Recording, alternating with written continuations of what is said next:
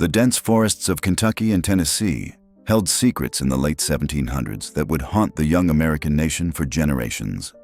Between 1797 and 1804, two men claiming to be brothers carved a path of unprecedented brutality across the frontier, leaving behind a trail of bodies that would earn them recognition as America's first documented serial killers. Their names were Micajah and Wiley Harpe, though they were known throughout the wilderness as Big Harpe and Little Harpe, and their crimes were so savage that even hardened river pirates refused to work alongside them. What distinguished the Harpe brothers from common murderers and bandits of their era was not merely the number of their victims, but the systematic nature of their violence and the apparent pleasure they derived from causing suffering. Unlike other outlaws who killed for profit or revenge, the Harpes seemed to murder for the pure joy of watching life drain from their victims' eyes. Their story represents a dark chapter in American history, one that reveals how the lawless frontier could nurture the most twisted forms of human evil. The brothers' origins trace back to the Scottish immigrant communities of North Carolina, where both were born in the late 1740s. Micajah Harpe, the elder and larger of the two, came into the world around 1748, while his younger cousin Wiley, born approximately 2 years later, would spend his life in the shadow of his more dominant relative. Despite being cousins, they presented themselves as brothers, a deception that would become just one of many layers of false identity they would assume throughout their criminal careers. Their fathers, John and William Harpe, were Scottish settlers who had established themselves in Orange County, North Carolina, during the great wave of immigration that brought thousands of Scots-Irish families to the American colonies in the mid-18th century. These communities were tight-knit, bound together by shared heritage, Presbyterian faith, and a fierce independence that would soon put them at odds with the colonial authorities. The Harpe family's loyalty lay not with the emerging American cause, but with the British Crown. This allegiance would prove to be a defining factor in shaping the brothers' worldview and their relationship with violence. When tensions between the colonists and British authorities erupted into open conflict during the North Carolina Regulator War between 1766 and 1771, the Harpes found themselves on the side of established authority, fighting against their own neighbors who dared to challenge colonial rule. The Regulator War was a brutal affair that saw farmers and frontiersmen rise up against corrupt colonial officials and their excessive taxation. The conflict culminated in the Battle of Alamance in 1771, where colonial forces decisively crushed the rebellion. For young men like Micajah and Wiley, this war provided their first taste of organized violence, and they discovered they possessed an appetite for brutality that far exceeded what their cause demanded. As the brothers matured, their reputation for cruelty began to spread throughout their community. Neighbors whispered about their treatment of animals, their quick resort to violence in disputes, and the unsettling pleasure they seemed to derive from others' pain. When the American Revolution erupted in 1775, the Harpes saw opportunity in the chaos that would engulf the colonies for the next 8 years. Initially, the brothers attempted to find legitimate employment, traveling to Virginia with the intention of securing positions as overseers on slave plantations. Their size, strength, and willingness to use violence made them potentially valuable in maintaining discipline among enslaved populations. However, the escalating conflict between patriots and loyalists soon drew them into activities far more sinister than plantation oversight. The Revolutionary War created perfect conditions for the kind of men the Harpe brothers were becoming. As organized government collapsed in many frontier regions, bands of irregulars operated with virtual impunity, using political allegiance as cover for criminal enterprise. The Harpes joined one such Tory gang in North Carolina, where their true nature began to manifest in ways that shocked even their fellow outlaws. Captain James Wood, a patriot militia leader, encountered the brothers during one of their raids and left a detailed account of their activities. According to Wood's testimony, the gang had kidnapped 4 teenage girls from a patriot settlement, intending to use them for their own purposes before selling them to hostile Indian tribes. When Wood and his men attempted a rescue, they succeeded in freeing one girl, but not before little Harpe was wounded in the ensuing firefight. This incident marked the beginning of a pattern that would define the Harpe's criminal career.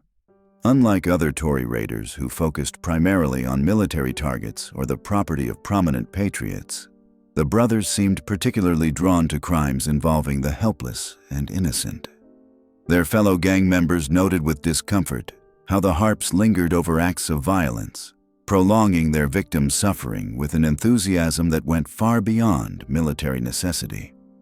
The war provided the brothers with years of practice in the arts of violence, but it also gave them something else: a network of contacts among the criminal underworld that stretched across the frontier. Tory gangs, Cherokee war parties, river pirates, and various other outlaw groups maintained loose alliances based on shared opposition to American authority. Through these connections, the Harpes learned about safe havens, escape routes, and opportunities for profit that would serve them well in their later career as independent criminals. When the war ended in 1783 with American victory, many former Tories fled to British territories or sought pardons from the new American authorities. The Harpe brothers chose a different path. Having discovered their true calling in the chaos of wartime, they saw no reason to abandon violence simply because the conflict had officially ended. Instead, they began to operate as freelance criminals, aligning themselves with whoever would provide them with opportunities for the kind of violence they craved. Their first major crime as independent operators was the kidnapping of 3 women from a settlement near Knoxville, Tennessee. Susan Wood, daughter of their old enemy Captain James Wood, was taken along with Maria Davidson and Sarah Rice. The brothers' motivation was partially revenge against Wood for his earlier interference with their activities, but witnesses reported that their treatment of the captive women revealed appetites that went far beyond simple retaliation. The 3 women would remain with the Harpes for over a decade, serving as wives, servants, and victims in an arrangement that blurred the lines between marriage and captivity. While some historical accounts suggest the women eventually adapted to their circumstances and bore children to their captors, contemporary evidence indicates they were held through a combination of physical intimidation, isolation from civilization, and the gradual erosion of hope for rescue. During this period, the brothers established a base of operations in the wilderness of Tennessee and Kentucky, moving frequently to avoid detection while maintaining contact with Cherokee war parties who provided them with both shelter and opportunities for violence. The Harpes offered their services as fighters and guides to Cherokee leaders who continued to resist American expansion into their traditional territories. It was during one of these alliances that the brothers committed their first confirmed murder as independent criminals. Moses Doss, a trader who had shown concern for the welfare of the captive women and hinted that he might inform authorities of their situation, was found dead near a Cherokee camp where the Harpes had been staying. His body showed signs of prolonged torture, with injuries that served no purpose other than to cause maximum suffering before death. The murder of Moses Doss established a pattern that would characterize all of the Harpes' subsequent crimes. Their victims were not chosen based on wealth, political affiliation, or strategic value, but rather on their vulnerability and the opportunities their deaths would provide for the brothers to indulge their sadistic impulses. Unlike professional criminals who killed efficiently to eliminate witnesses or competition, the Harpes killed slowly, savoring every moment of their victims' terror and agony. Their methods were particularly disturbing. Rather than using quick, efficient means of execution, they preferred techniques that maximized both physical and psychological torment. They would often begin by restraining their victims and explaining in detail what they intended to do to them, feeding on the fear and desperation this created. The actual killings were prolonged affairs, with the brothers taking turns inflicting various forms of torture while their victim remained conscious. One of their most infamous early crimes involved the murder of an infant who had been crying during one of their camps. Big Harpe, irritated by the child's noise, seized the baby and smashed its head against a tree. What shocked even their Cherokee allies was not just the brutality of the act, but Big Harpe's obvious pleasure in committing it. Witnesses reported that he smiled while killing the child and seemed energized rather than disturbed by what he had done. This murder marked a turning point in the brothers' relationship with their Cherokee allies. While the tribes had no love for American settlers and were willing to work with violent men in their resistance efforts, the casual murder of children crossed lines that even hardened warriors would not cross. The Harpes found themselves increasingly isolated, welcome nowhere for long periods, forced to rely entirely on their own resources and the terror they could inspire in potential victims. As 1799 approached, the brothers' activities escalated dramatically. No longer constrained by the need to maintain alliances with other groups, they began killing with increasing frequency and decreasing discrimination. Travelers on lonely roads, isolated farmsteads, and even fellow criminals became targets for their violence. Each murder seemed to fuel their appetite for more, creating a cycle of escalating brutality that would culminate in the crimes that finally brought them to the attention of organized law enforcement. The transformation of Makaja and Wiley Harpe from wartime raiders to independent serial killers was complete. They had discovered that violence was not merely a tool for achieving other goals, but an end in itself, providing satisfactions that no other activity could match. The young American nation, struggling to establish law and order across its vast frontier territories, was about to confront a form of evil it had never encountered before. Killers who murdered not for profit, revenge, or political purpose, but for the simple joy of watching human beings die in terror and agony. The stage was set for a reign of terror that would shock the frontier communities of Kentucky and Tennessee, challenge the ability of early American law enforcement to respond to unprecedented forms of criminality, and ultimately require the mobilization of entire communities to bring the perpetrators to justice. By 1799, the Harpe brothers had evolved from opportunistic criminals into something far more dangerous and methodical. Their reputation had spread throughout the frontier territories like wildfire, creating a climate of fear that extended from the Tennessee mountains down through Kentucky and into the Illinois territories. What made them particularly terrifying wasn't just their willingness to kill, but the calculated cruelty they brought to every encounter. The brothers had established a pattern of operation that revealed their twisted psychology. Unlike common bandits who killed quickly for profit, Makaja and Wiley seemed to derive genuine pleasure from prolonging their victims' suffering. They would often torture their prey for hours, experimenting with different methods of inflicting pain before finally ending their lives. This sadistic approach set them apart from every other criminal element operating on the American frontier. Their relationship with the Cherokee had grown increasingly strained as even their former allies began to distance themselves from the brothers' excessive brutality. The Cherokee warriors, despite their own conflicts with white settlers, found the Harpes' methods disturbing and dishonorable. Traditional Cherokee warfare followed certain codes and customs, but the Harpe brothers recognized no such boundaries. They killed indiscriminately, targeting women, children, and the elderly with the same vicious enthusiasm they showed toward armed men. The incident with the crying infant had become a turning point. According to Cherokee witnesses who later testified to authorities, Big Harpe had grown irritated by the child's persistent wailing during a raid on a small settlement. Without warning or discussion, he had grabbed the baby from its mother's arms and dashed its head against a nearby oak tree. The casual nature of this act, performed as easily as one might swat a fly, horrified even the hardened Cherokee warriors who witnessed it. Little Harpe had watched his cousin's actions with what observers described as detached interest, showing neither approval nor disapproval. This cold indifference to the murder of an innocent child revealed the depth of psychological damage that had taken root in both men. They had crossed a line that separated even the most violent criminals from true monsters. Following their break with the Cherokee, the brothers began operating independently, developing their own network of informants and safe houses throughout the frontier regions. They cultivated relationships with tavern keepers, ferry operators, and traders who could provide information about wealthy travelers or isolated families. These collaborators were motivated partly by fear and partly by small payments the brothers made for useful intelligence. The Harpes had also refined their methods of body disposal, having learned from earlier mistakes when corpses were discovered too quickly. They began dismembering their victims, scattering remains across wide areas, or weighted bodies down in deep river pools where they were unlikely to surface.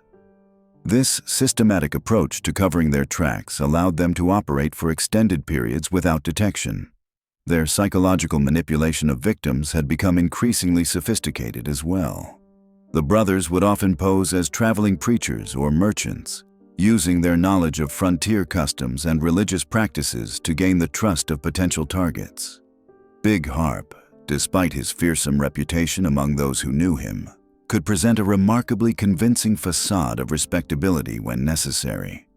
He would quote scripture, discuss farming techniques, and express concern for the moral decay he claimed to witness in frontier communities. Little Harpe played the role of the quiet, studious companion, often carrying a worn Bible and taking notes in a small journal that he claimed contained religious observations. In reality, the journal documented their crimes in a crude code, recording details about victims, methods used, and locations of hidden caches of stolen goods. This record-keeping revealed a level of organization that contradicted the image of them as simple-minded killers. The three women who traveled with them had been completely broken by years of abuse and terror. Susan Wood, Maria Davidson, and Sarah Rice had all been reduced to hollow-eyed shadows of their former selves, speaking only when directly addressed and moving with the careful, measured steps of people who had learned to anticipate violence at any moment. They served not only as wives and mothers to the brothers' children, but as unwilling accomplices who could provide alibis and perform reconnaissance. The children born to these forced unions presented another disturbing element of the brothers' story. These young ones grew up witnessing unimaginable brutality as a normal part of daily life. The older children, some as young as 5 or 6, had learned to remain perfectly silent during their father's violent episodes, understanding instinctively that any sound might draw unwanted attention to themselves. By early 1799, reports of the brothers' activities had reached state officials in Kentucky, Tennessee, and Illinois. Governor James Garrard of Kentucky had begun coordinating with authorities in neighboring territories to track the pair's movements and predict their next likely targets. This represented one of the first multi-jurisdictional law enforcement efforts in American history, as the brothers' crimes crossed territorial boundaries that complicated traditional pursuit methods. The challenge facing authorities was immense. The frontier was vast and sparsely populated, with few roads and fewer reliable means of communication between settlements. The Harpes knew the terrain intimately, having spent years learning every hidden trail, cave, and river crossing in their operating territory.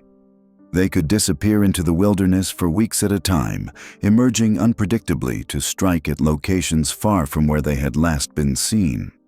Local militias and volunteer posses had been formed in dozens of communities, but these groups lacked the coordination and resources necessary to mount an effective campaign against such elusive targets. The brothers had also developed a network of sympathizers among the criminal elements that existed in every frontier community. People who would provide warnings about approaching law enforcement or offer temporary shelter in exchange for a share of stolen goods. The psychological impact of their reign of terror extended far beyond their actual victims. Entire communities lived in constant fear, with families barricading themselves in their homes at night and travelers refusing to venture out alone. The normal rhythms of frontier life had been disrupted as people avoided isolated areas, and suspicious strangers were met with armed resistance rather than traditional frontier hospitality. Trade and commerce suffered as merchants and traders altered their routes to avoid areas where the brothers were known to operate. Some river traffic had been abandoned entirely on certain stretches of waterway, while overland travelers increasingly moved in large, well-armed groups that could defend themselves against attack. The economic impact of their crimes rippled through frontier society, affecting everyone from small farmers to major trading companies. The brothers themselves seemed to thrive on this atmosphere of fear and chaos. Witnesses who survived encounters with them reported that they appeared to enjoy discussing their reputation and the terror they had inspired in local populations. They spoke of their crimes with pride rather than shame, treating their victims as obstacles to be removed rather than human beings with inherent value and dignity. As spring approached in 1799, the pressure on law enforcement officials intensified. Newspaper accounts from eastern cities had begun covering the story of America's first serial killers, creating national attention that politicians could no longer ignore.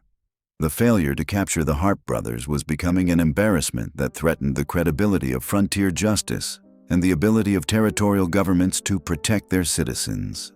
This mounting pressure would soon force a confrontation that had been building for months. The Harpe's string of increasingly bold and brutal crimes had finally attracted the focused attention of determined lawmen who understood that these killers represented a threat unlike any the young nation had previously faced. The Harpe brothers had operated with impunity for years, leaving a trail of bodies across the Kentucky and Tennessee frontier. But by 1799, their reign of terror was finally drawing to a close. The relentless pursuit by organized posses, combined with mounting public pressure and substantial bounties on their heads, had transformed them from predators into prey. What made their final chapter particularly significant was how it demonstrated the evolution of frontier justice. No longer were isolated communities helpless against roving killers. The coordinated response that ultimately brought down the Harpes represented a turning point in how American society dealt with systematic violence. The manhunt intensified throughout the spring and summer of 1799. Captain John Leeper, a veteran Indian fighter who had joined the pursuit, later described the challenge they faced. The Harpes knew the wilderness intimately, using Cherokee trails and hidden caves to evade capture. They had allies among renegade tribes and isolated settlers who either feared them or profited from their activities. But their brutality had finally exceeded even the frontier's tolerance for violence. The murder of Mrs. Stegall and her infant son had crossed a line that galvanized the entire region. Moses Stegall, consumed by grief and rage, became the driving force behind the pursuit. He sold his remaining property to fund the hunt, offering additional rewards from his own pocket and recruiting experienced trackers who knew the brothers' methods. The posse that finally cornered Big Harpe consisted of 11 men, including Stegall, Captain Leeper, and several Cherokee who had grown disgusted with the brothers' excesses. They had been tracking the Harpes for 3 weeks, following a trail of abandoned campsites and terrorized witnesses who reported seeing the distinctive group of 2 large men traveling with women and children. On August 24, 1799, they caught up with the Harpes near the confluence of the Rolling Fork and Salt Rivers in what is now Muhlenberg County, Kentucky. The brothers had made camp in a dense thicket, believing themselves safe from pursuit. But a local farmer had spotted smoke from their fire and guided the posse to their location. What followed was described by witnesses as less a battle than an execution. When called upon to surrender, Big Harpe emerged from the brush with a rifle, attempting to shoot Captain Leeper. The gun misfired, and before he could reload, Leeper's shot struck him in the spine, dropping him to the ground.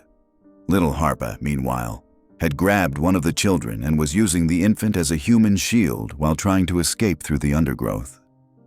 John Tully, another member of the posse, managed to wound him in the leg, but little Harpe abandoned the child and disappeared into the forest. Despite an extensive search, he had once again escaped. Big Harpe, paralyzed but still conscious, lay dying beside the campfire. According to multiple accounts, his final moments were as disturbing as his life had been. Rather than showing remorse, he reportedly laughed about his victims, describing their deaths in graphic detail. Moses Stegall, unable to contain his rage, drew his knife and slowly severed Big Harpe's head while the killer was still alive and talking. The execution was brutal even by frontier standards, but it reflected the depth of horror the Harpes had inflicted on the region. Stegall later stated that he wanted Big Harpe to experience the same terror his victims had felt, to understand what it meant to die slowly and helplessly. The women and children found at the camp presented a complex situation for the authorities. Susan Wood, Maria Davidson, and Sally Rice had been with the Harpes for years, bearing their children and participating in their nomadic lifestyle. Were they victims or accomplices? The answer, as investigators discovered, was complicated. Under questioning, the women revealed that they had indeed been kidnapped initially, but over time their captivity had evolved into something more ambiguous. They had been brutalized and terrorized, but they had also witnessed and sometimes assisted in the brothers' crimes. Their children, ranging in age from infants to teenagers, had grown up knowing no other life than the violent world of the Harpes. The authorities ultimately decided to treat them as victims rather than criminals. The women were provided with assistance to return to their families or establish new lives elsewhere, while the children were placed with relatives or adopted by families willing to take them in. Most changed their names to escape the stigma of their parentage.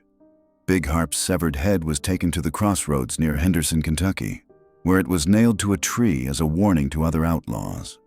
For years afterward, travelers would report seeing the grinning skull, its empty sockets seeming to watch them pass.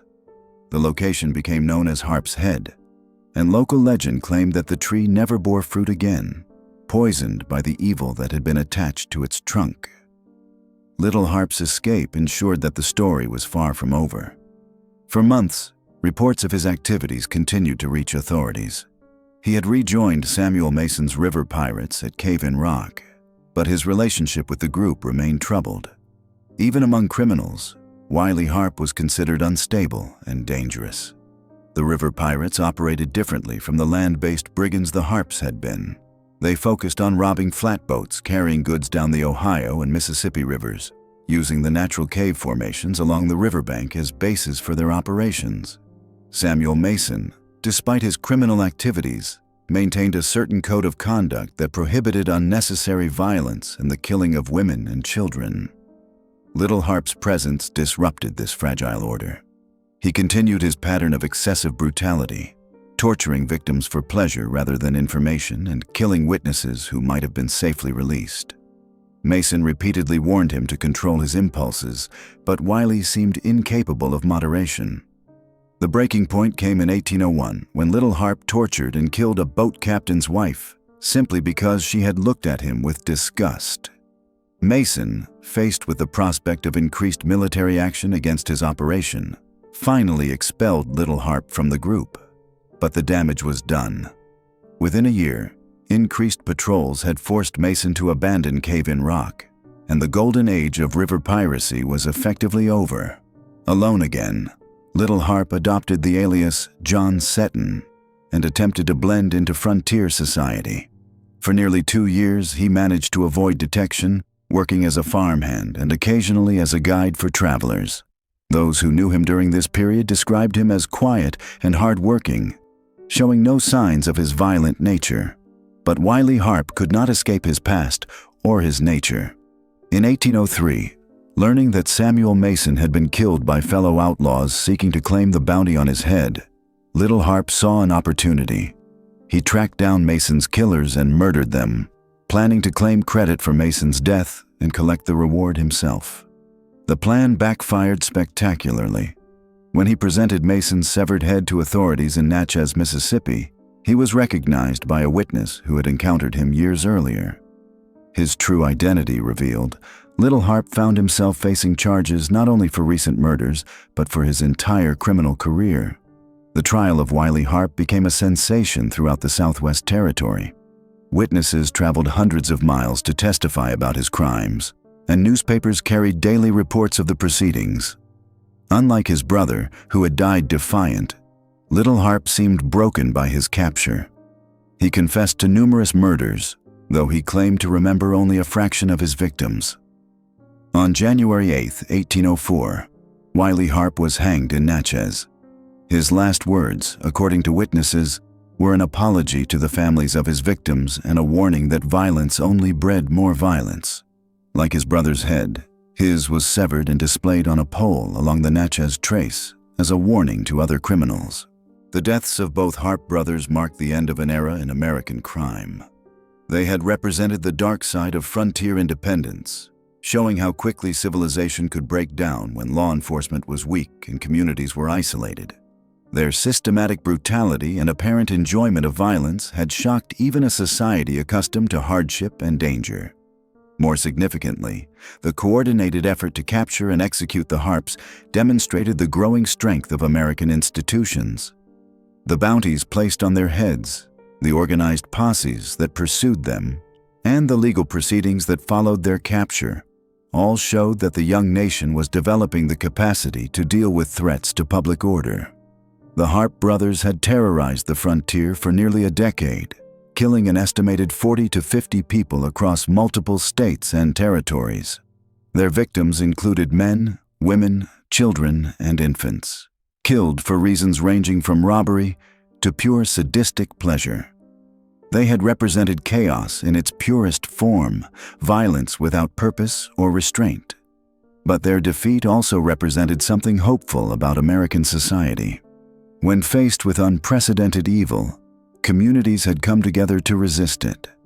Frontiersmen who normally valued independence above all else had cooperated with authorities. Cherokee, who had their own grievances against white settlers, had joined the pursuit because they recognized that the Harpes threatened everyone. The legacy of the Harpe brothers would endure long after their deaths. They became legendary figures in American folklore, their story told and retold around campfires and in taverns throughout the frontier. But unlike some outlaws who became romanticized folk heroes, the Harpes were remembered as cautionary tales, examples of what men could become when they abandoned all moral restraint. Their story also highlighted the unique challenges facing law enforcement in early America. The vast distances, sparse population, and weak governmental structure of the frontier had created opportunities for criminals that simply didn't exist in more settled regions. The Harpes had exploited these vulnerabilities ruthlessly, staying one step ahead of justice for years by constantly moving and taking advantage of jurisdictional confusion. As America continued to expand westward, the lessons learned from the Harpe case would prove invaluable. Future lawmen would study their methods and develop new strategies for dealing with mobile criminals. The coordination between different communities and territories that had ultimately brought down the Harpes became a model for later law enforcement efforts. The women and children who had lived with the Harpes faced their own challenges in the aftermath. Despite efforts to help them reintegrate into society, many struggled with the trauma of their experiences. Some of the children, having grown up surrounded by violence, displayed behavioral problems that persisted into adulthood. Others managed to overcome their dark beginnings and lived productive lives, though they often concealed their origins. The question of whether the Harpes were truly America's first serial killers remains a matter of debate among historians.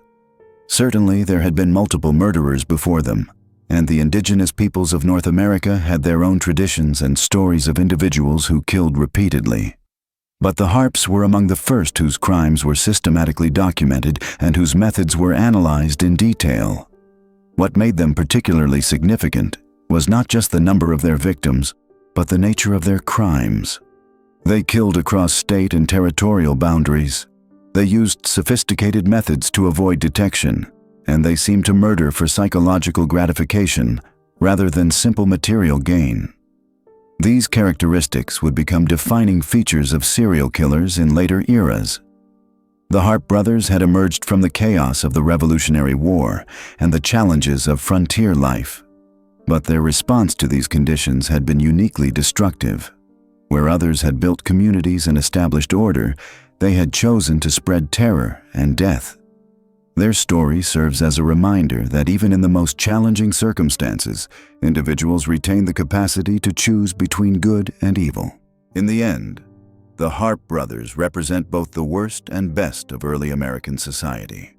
Their crimes showed the depths of human depravity, but the response to those crimes demonstrated the strength of American values.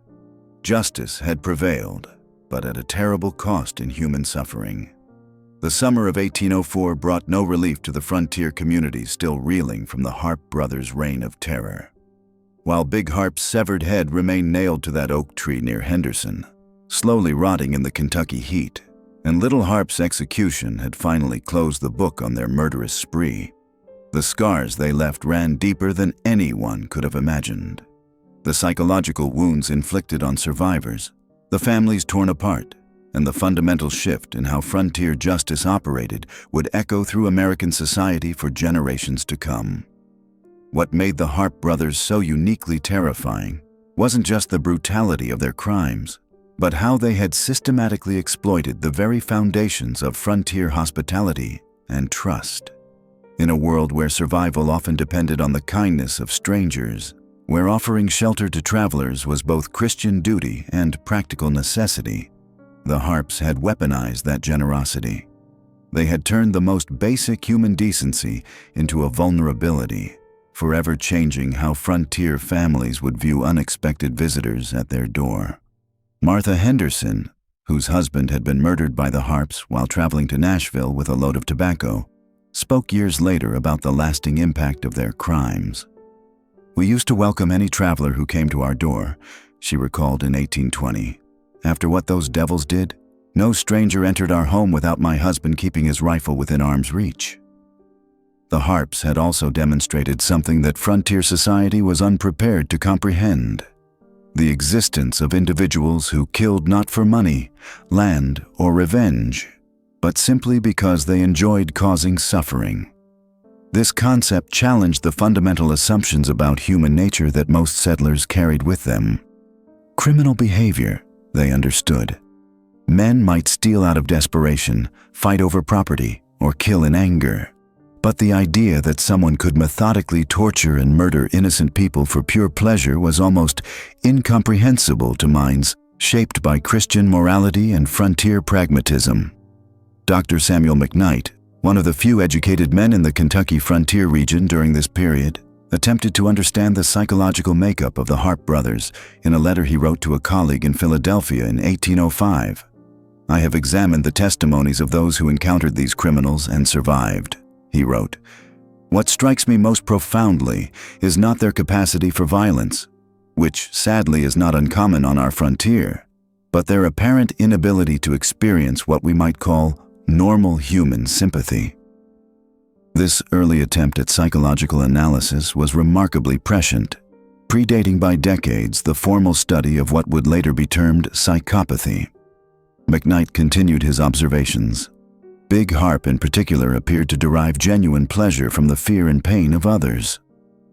The impact of the Harpe brothers extended far beyond their immediate victims and into the very structure of frontier law enforcement. Their case had demonstrated the complete inadequacy of existing systems for dealing with criminals who operated across territorial boundaries.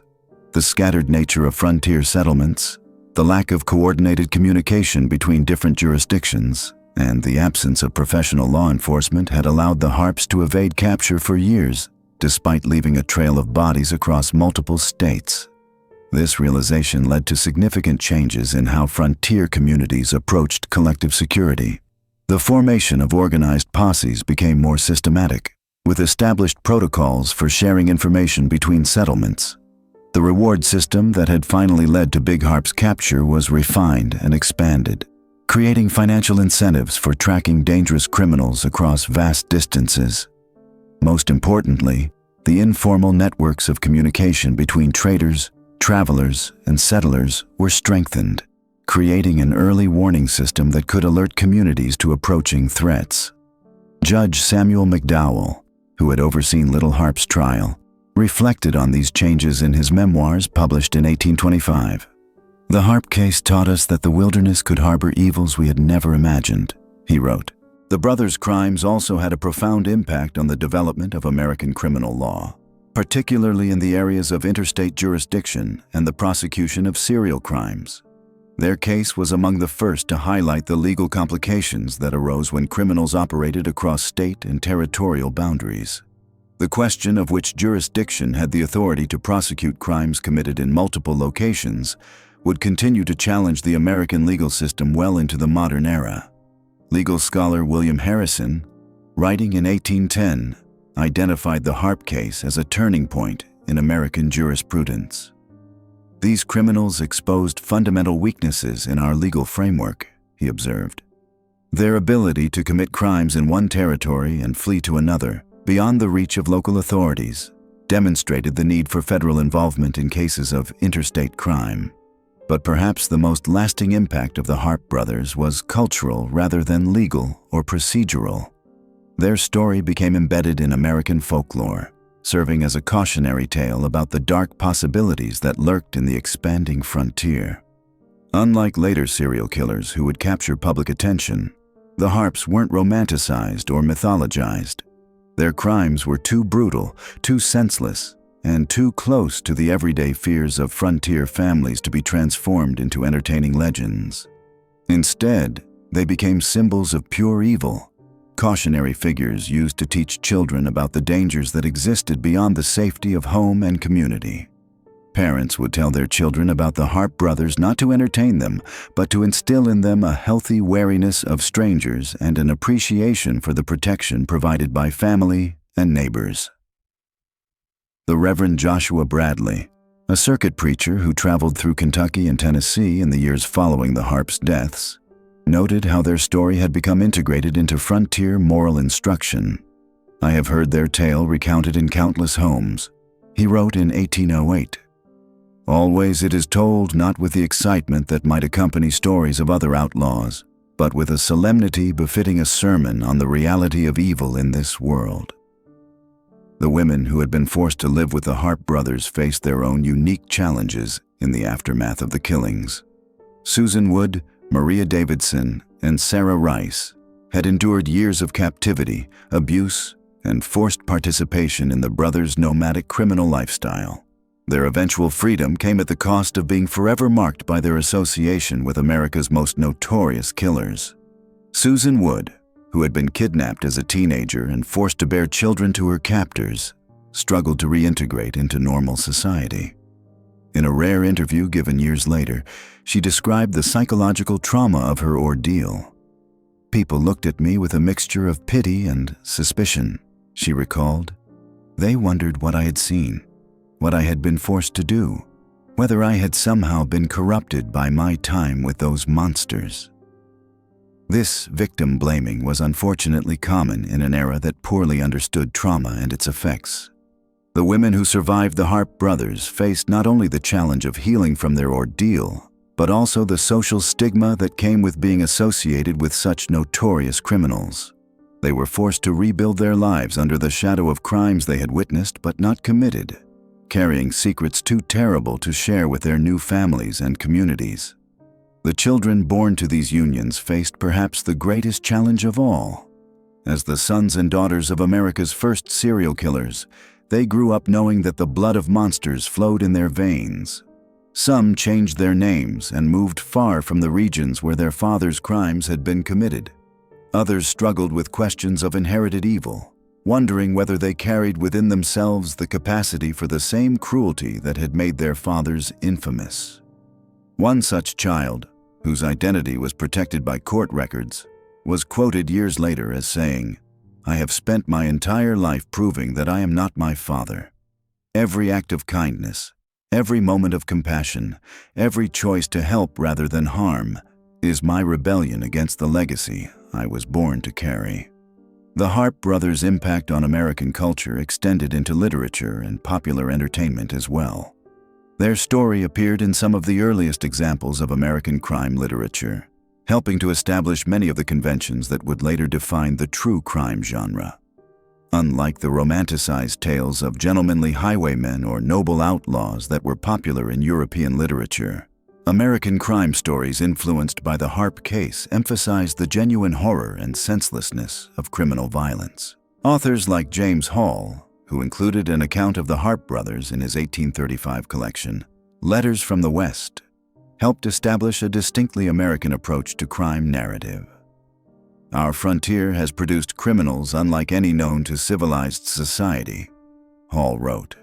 "They are not the romantic rogues of European tradition, but savage predators who represent the complete abandonment of human decency." This approach to crime narrative would influence American literature for decades, contributing to the development of a darker, more realistic style that would eventually evolve into the hard-boiled detective fiction of the 20th century. The Harpe brothers, in their way, helped establish the template for how American culture would process and understand criminal violence. The religious communities of the frontier also grappled with the theological implications of the Harpe brothers' crimes. Their apparent lack of any moral compass, their seeming inability to experience remorse or empathy, challenged traditional Christian understandings of human nature and redemption. If all humans were created in God's image and possessed immortal souls capable of salvation, what did it mean that some individuals seemed completely devoid of conscience? Reverend Samuel Doak, one of the most influential Presbyterian ministers on the Tennessee frontier, addressed this question in a series of sermons delivered in 1805. The Harpe brothers force us to confront the reality of evil in its purest form, he preached. They remind us that the corruption of sin can so thoroughly pervade a human soul that it becomes almost unrecognizable as such. This theological wrestling with the implications of extreme evil would continue to influence American religious thought, contributing to ongoing debates about predestination, free will, and the nature of human depravity that would shape American Christianity throughout the 19th century. The story of the Harpe brothers also highlighted the unique challenges faced by law enforcement in the expanding American frontier. Unlike the established legal systems of European nations, America was still developing the institutions and procedures necessary to maintain order across vast distances and diverse populations.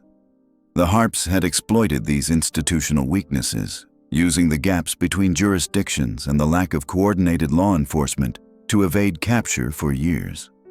Their case contributed to growing recognition that America needed more sophisticated law enforcement mechanisms. The informal systems of frontier justice that had worked adequately for dealing with isolated incidents of crime were clearly insufficient for tracking and capturing criminals who operated on a large scale across multiple territories. Captain John Donaldson, who had participated in the final pursuit of Big Harpe, wrote extensively about the lessons learned from the case.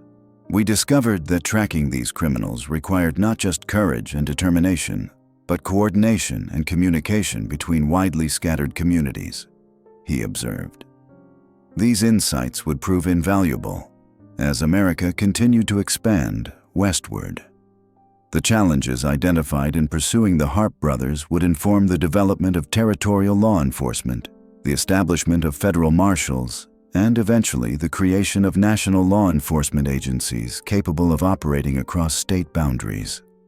The psychological impact of the Harpe brothers' crimes also contributed to changes in how frontier communities organized themselves for mutual protection. The traditional pattern of scattered homesteads, each family largely responsible for its own defense, gave way in many areas to more concentrated settlements where neighbors could provide mutual support and early warning of approaching dangers. This shift toward more communal living arrangements was driven partly by practical considerations, but also by the psychological need for security that the Harpe brothers' crimes had created.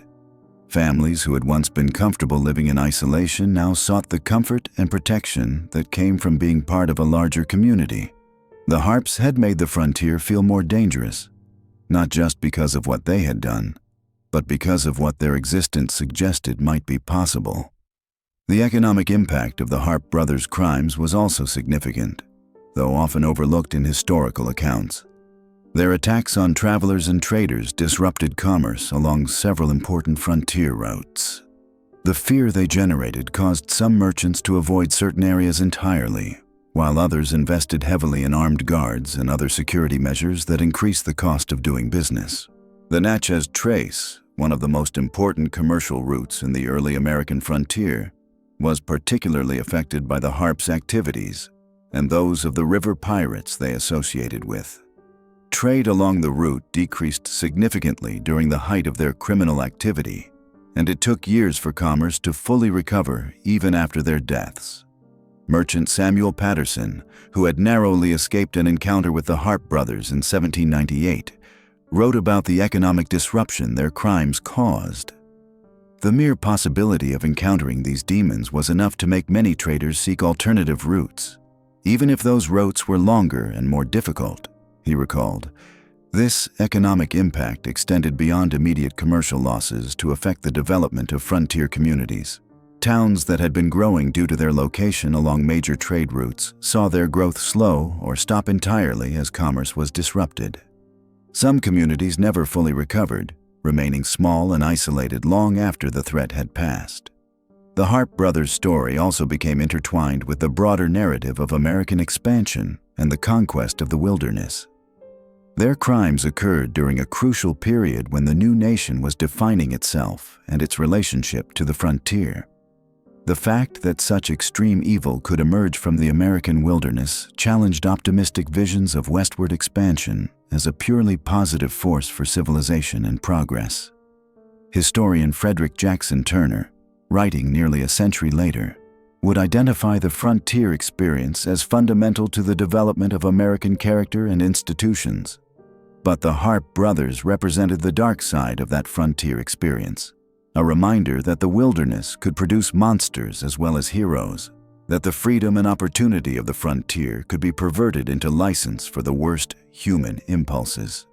Their story served as a counterweight to romanticized notions of frontier life, forcing Americans to acknowledge that their expanding nation would have to grapple not only with external threats like hostile Indians or foreign powers, but with internal enemies who represented the complete breakdown of civilized values.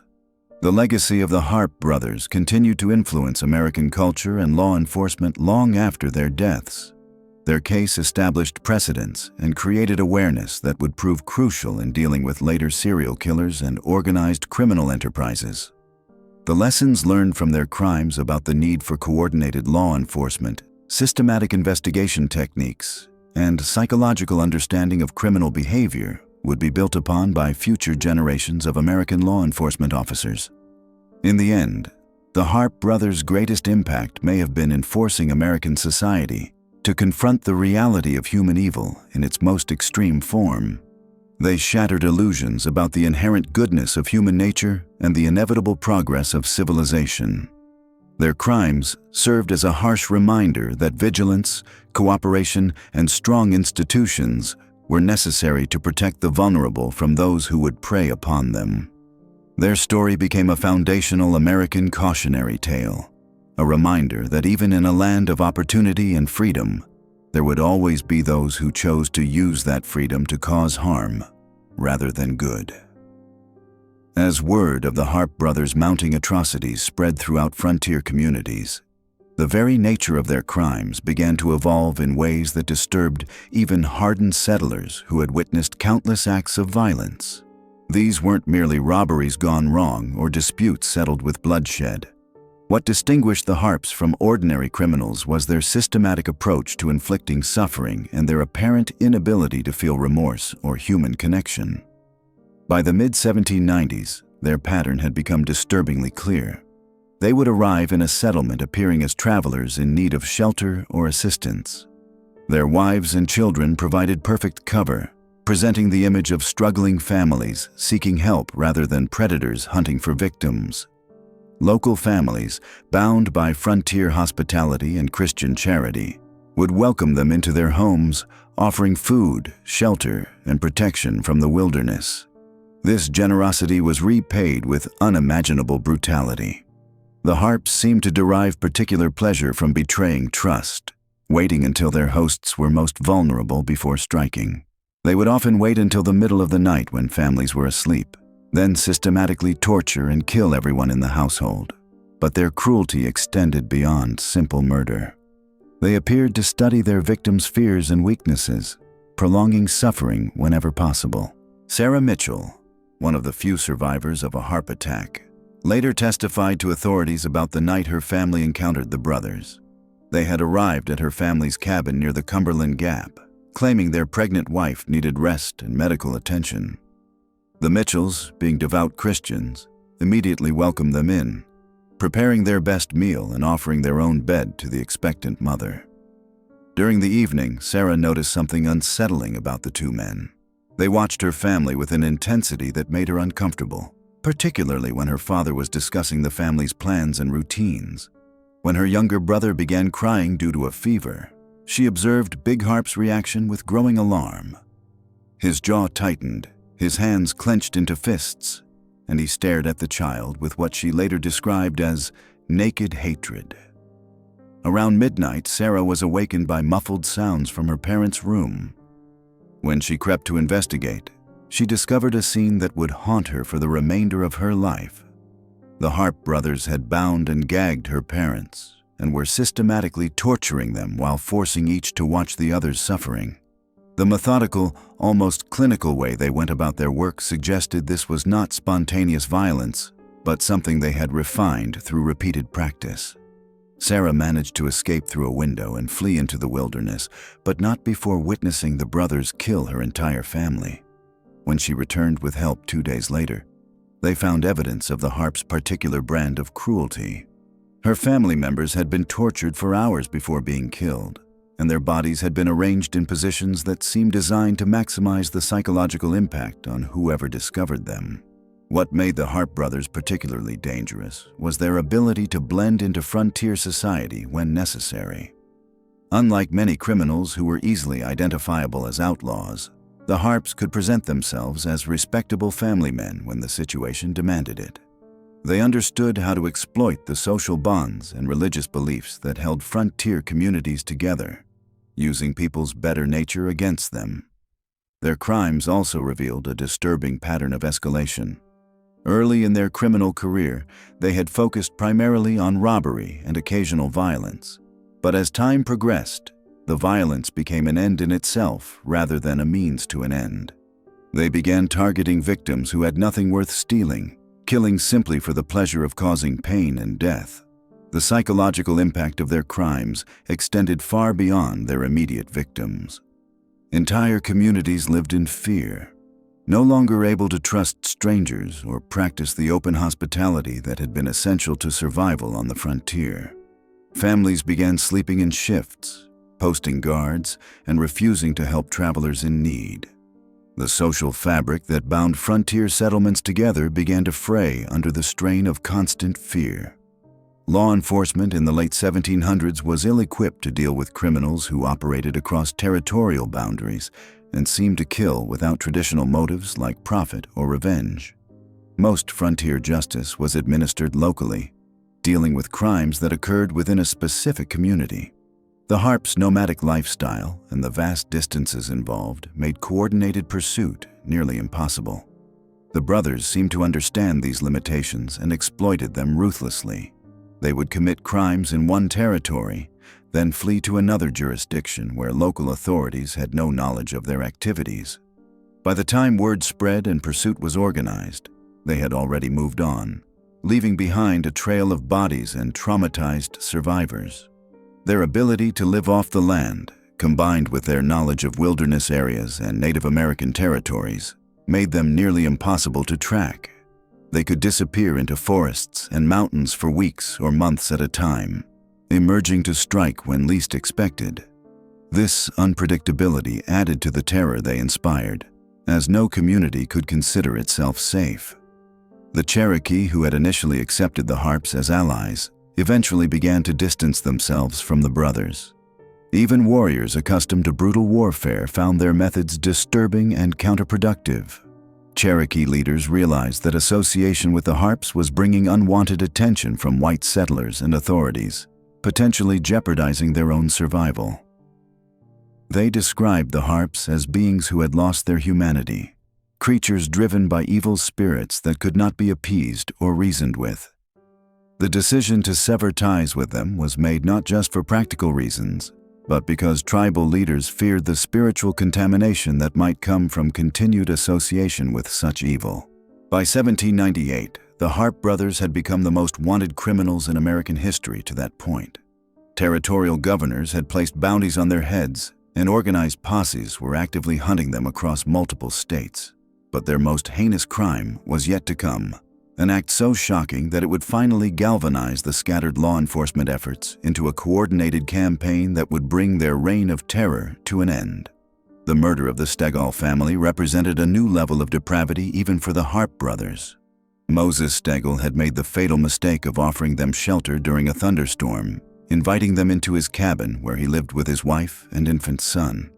The family had recently moved to the Kentucky frontier, seeking new opportunities, and like many settlers, they relied on the mutual assistance and hospitality that made survival possible in the wilderness.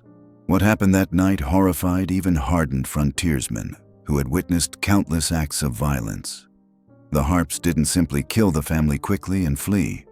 Instead, they seemed to view the evening as an opportunity to indulge their darkest impulses without restraint.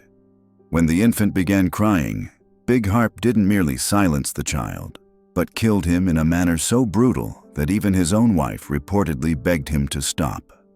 The discovery of the Stegall family's bodies created a turning point in public perception of the Harpe brothers. Previous victims had often been travelers or isolated settlers whose deaths, while tragic, didn't immediately impact larger communities.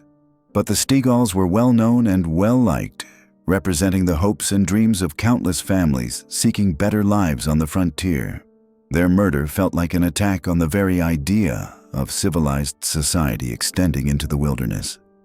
Moses Stegall's survival, having been away from home during the attack, provided law enforcement with someone who had a personal stake in bringing the killers to justice.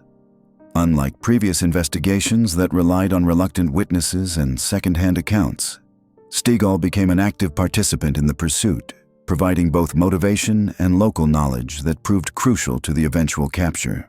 The manhunt that followed was unprecedented in its scope and coordination. For the first time, authorities from multiple territories agreed to share information and resources in pursuing the same criminals. Wanted posters were distributed across hundreds of miles, describing not just the brothers but their wives and children as well. The Harpe brothers had already established their reputation as America's most notorious killers by the late 1790s, but their true impact on the nation's development was only beginning to unfold. As the 19th century dawned, the echoes of their violence would ripple through American society in ways that extended far beyond their immediate victims. The execution of Big Harpe in 1799 and the subsequent capture and hanging of Little Harpe in 1804 marked the end of their physical reign of terror, but the psychological and cultural wounds they inflicted on the young nation would fester for decades. The frontier communities that had lived in fear of the brothers found themselves forever changed by the experience. Towns that had once welcomed strangers with open arms now viewed outsiders with suspicion and fear. The methods the Harpe brothers employed in their killings had been so systematically brutal that they forced American society to confront a disturbing reality about human nature. These weren't crimes of passion or desperation born from the harsh realities of frontier life. They were calculated acts of sadism performed by men who seemed to derive genuine pleasure from inflicting suffering on others.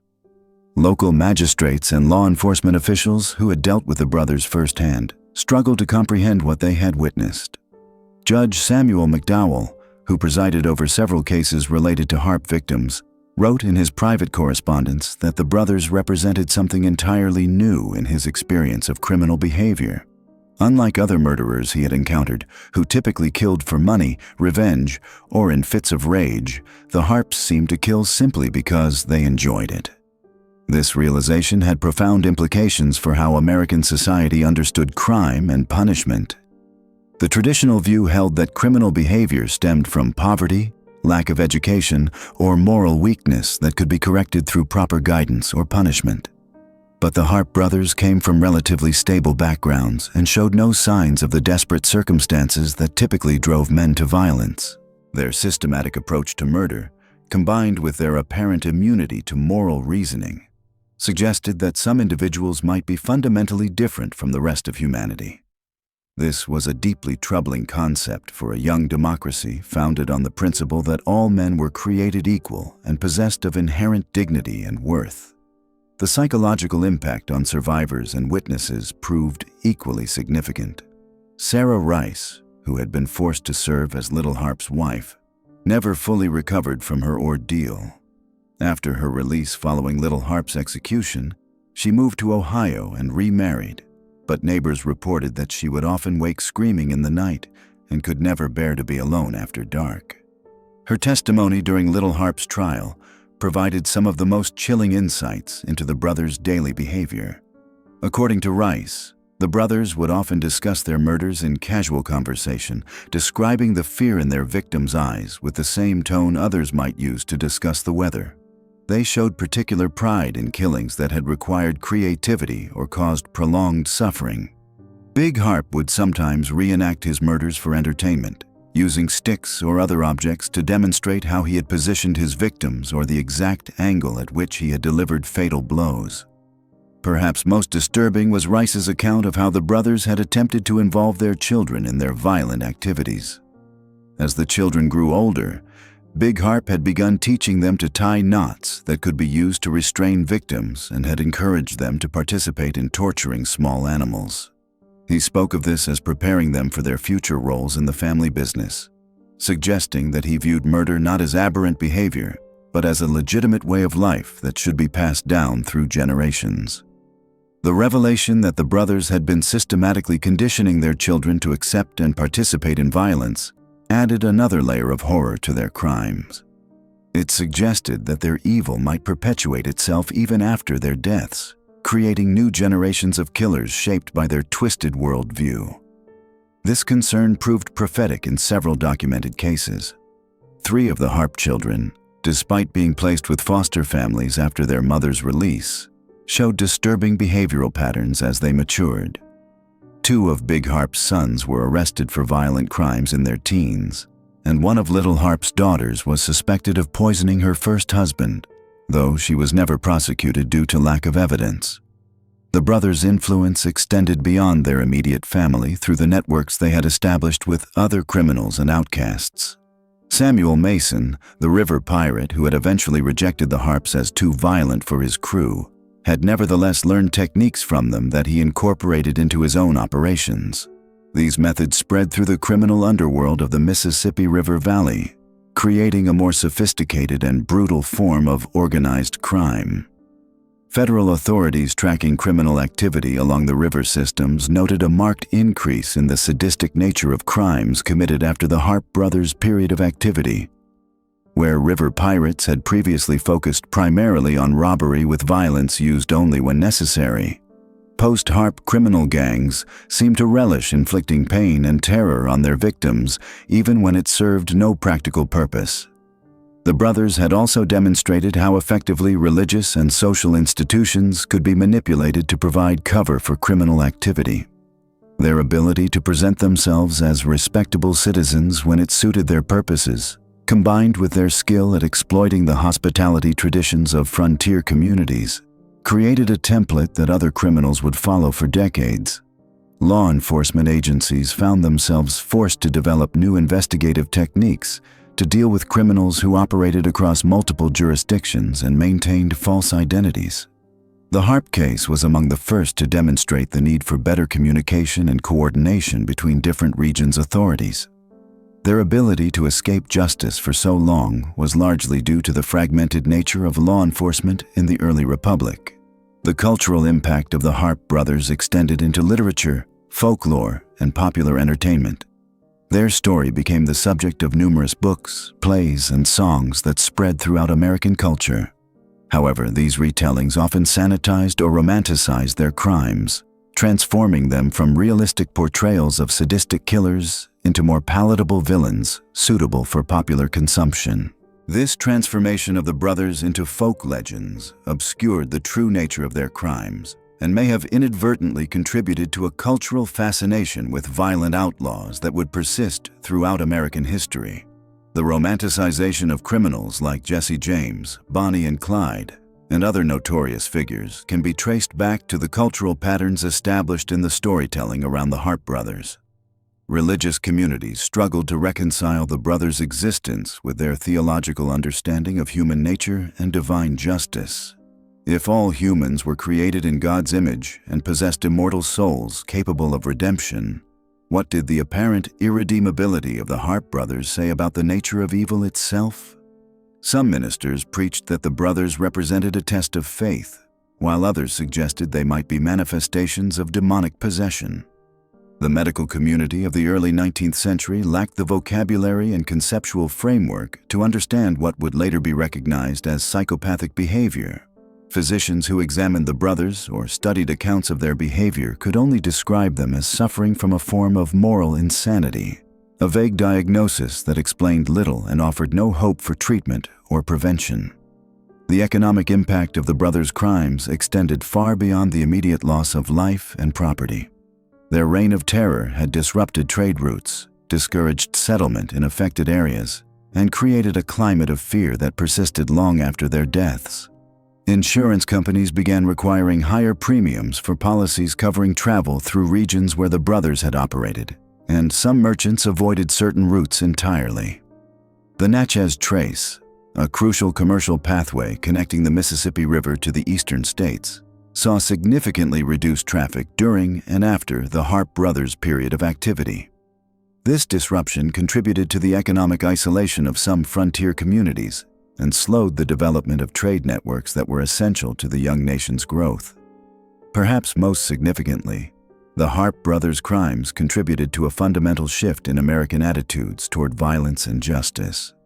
The frontier had always been a place where individuals were expected to defend themselves and their families, but the brothers' systematic sadism created a new category of threat that individual self-defense seemed inadequate to address. This realization contributed to growing support for more organized and professional law enforcement institutions. The idea that some criminals might be too dangerous and sophisticated for local sheriffs and citizen posses to handle effectively became a driving force behind the development of federal law enforcement capabilities and interstate cooperation in criminal matters. The psychological profile that emerged from studying the Harpe brothers would influence American criminology for generations. Their case was among the first to document the phenomenon of killers who murdered not for personal gain, but for the psychological satisfaction derived from causing suffering. This recognition would eventually contribute to the development of criminal profiling techniques and the understanding of serial killing as a distinct form of criminal behavior. Their legacy also extended into the realm of criminal justice philosophy. The traditional focus on rehabilitation and moral correction seemed inadequate when applied to individuals who showed no capacity for remorse or moral reasoning. This contributed to ongoing debates about the purposes of punishment and the possibility of redemption that continue to influence American criminal justice policy. The Harpe brothers had succeeded in becoming more than mere criminals. They had become symbols of a fundamental darkness that lurked within human nature, a reminder that civilization's constraints were fragile barriers against primordial savagery. Their story would be retold and reinterpreted by each generation, serving as both cautionary tale and grim fascination.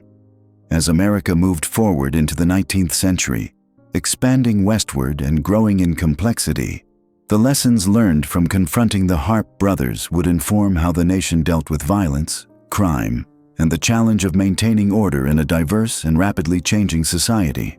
The investigation into the Harpe brothers' network of supporters and collaborators revealed a criminal enterprise far more extensive than anyone had initially imagined. As 1799 turned to 1800, authorities discovered that the brothers had not operated in isolation, but had cultivated relationships with tavern keepers, river pirates, corrupt officials, and even respected merchants who profited from their crimes. Evidence seized from various locations revealed a sophisticated system of communication between the Harpes and their associates, with coded messages passed through seemingly legitimate business correspondence and travelers' reports.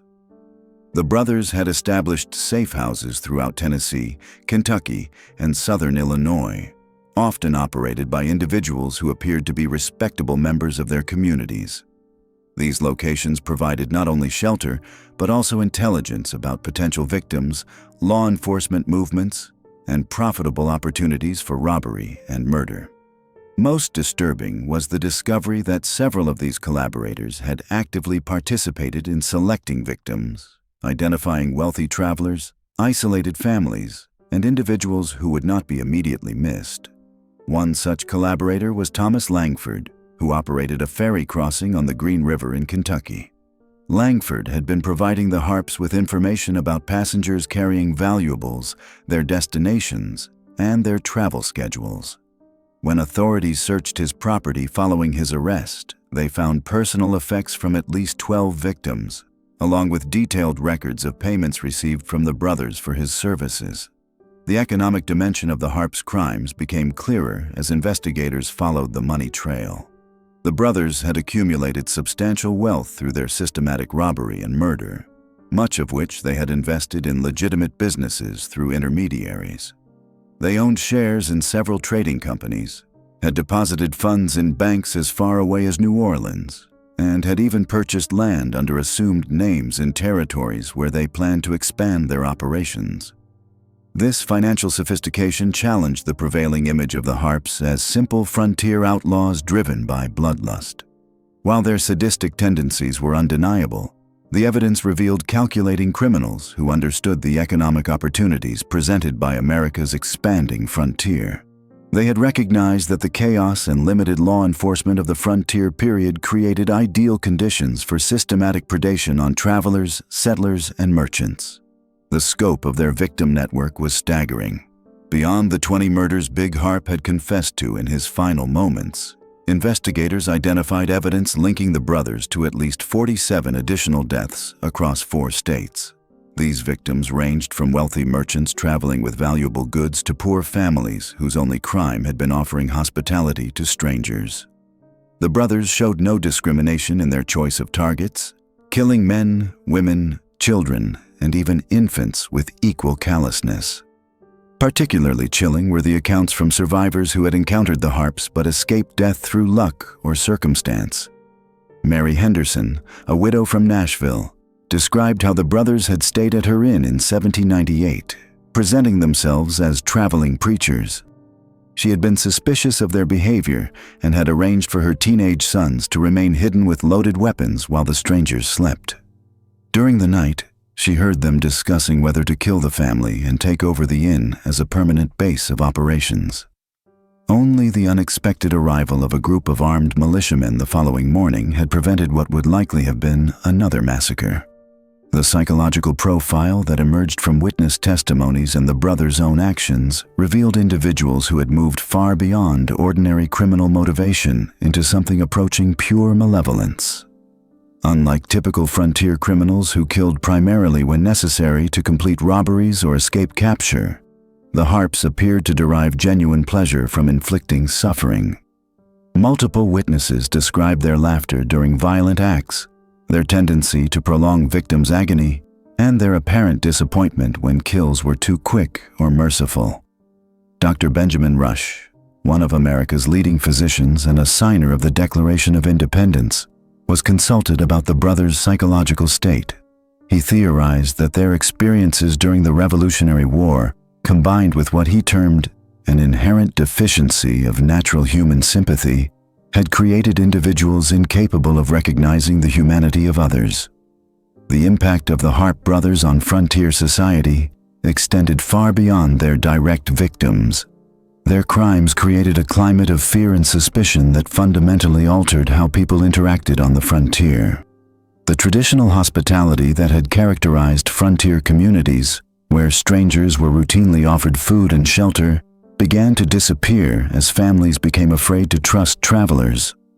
Merchants started traveling in larger, heavily armed groups, and many remote settlements established organized watch systems and warning networks.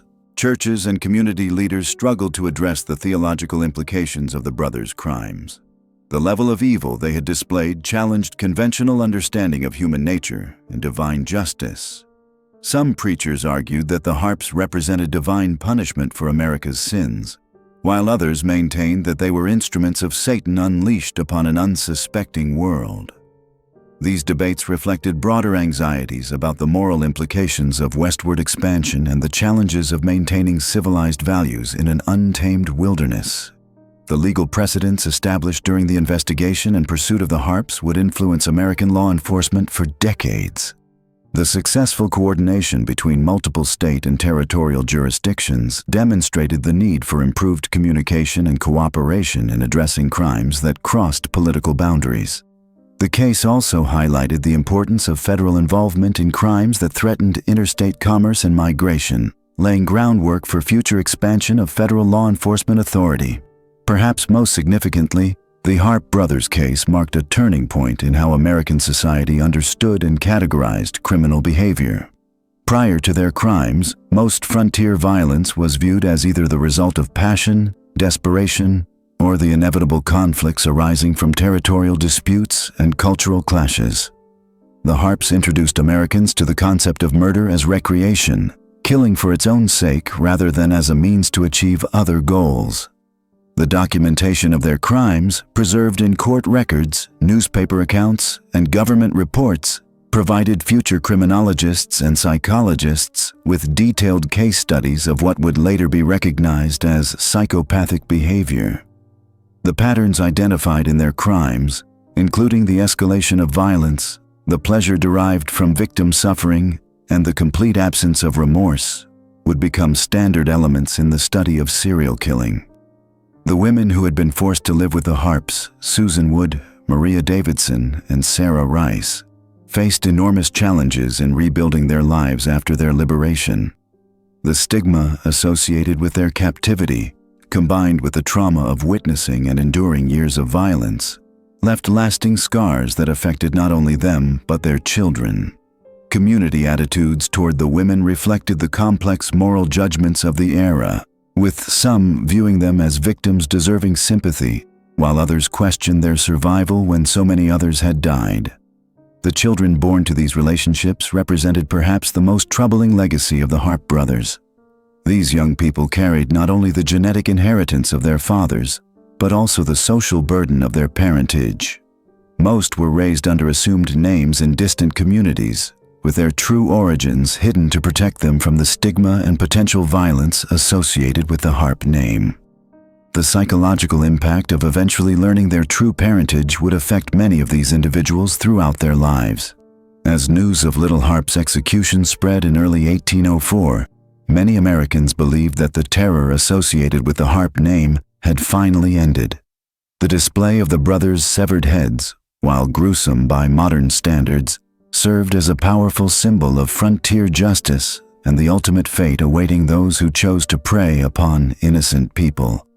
Communities that had lived in fear began to relax their vigilance, and the normal patterns of frontier life gradually resumed.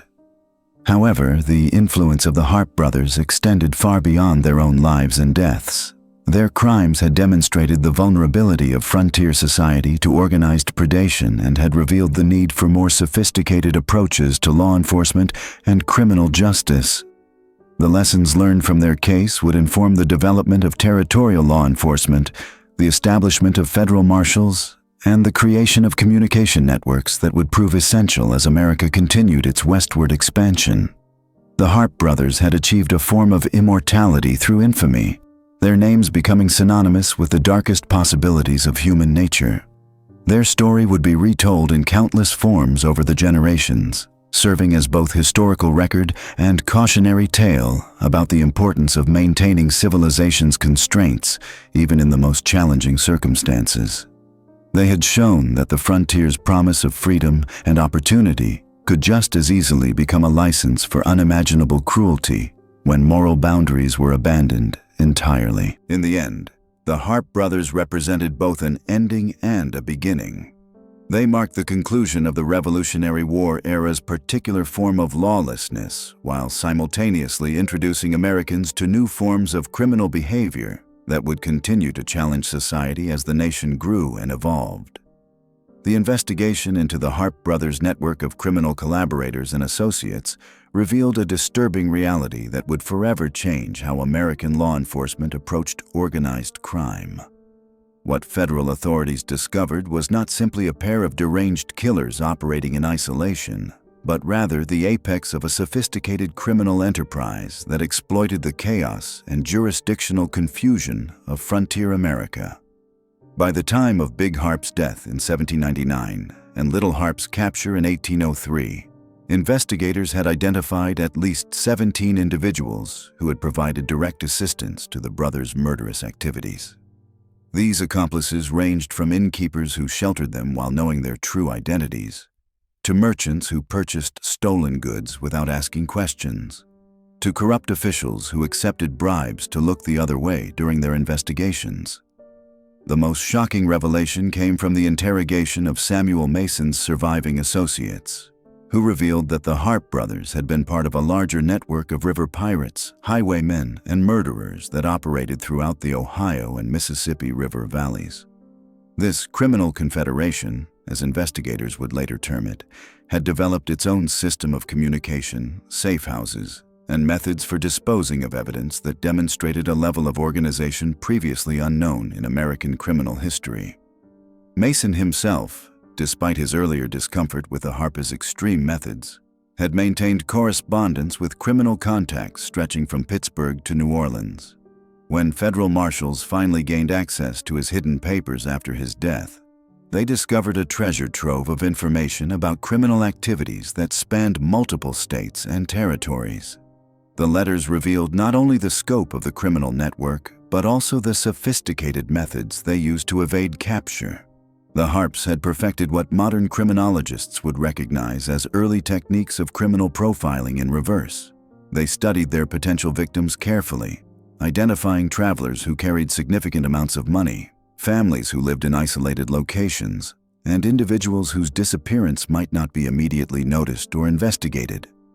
Their selection process was methodical and calculating, demonstrating a level of premeditation that distinguished them from common bandits or opportunistic killers.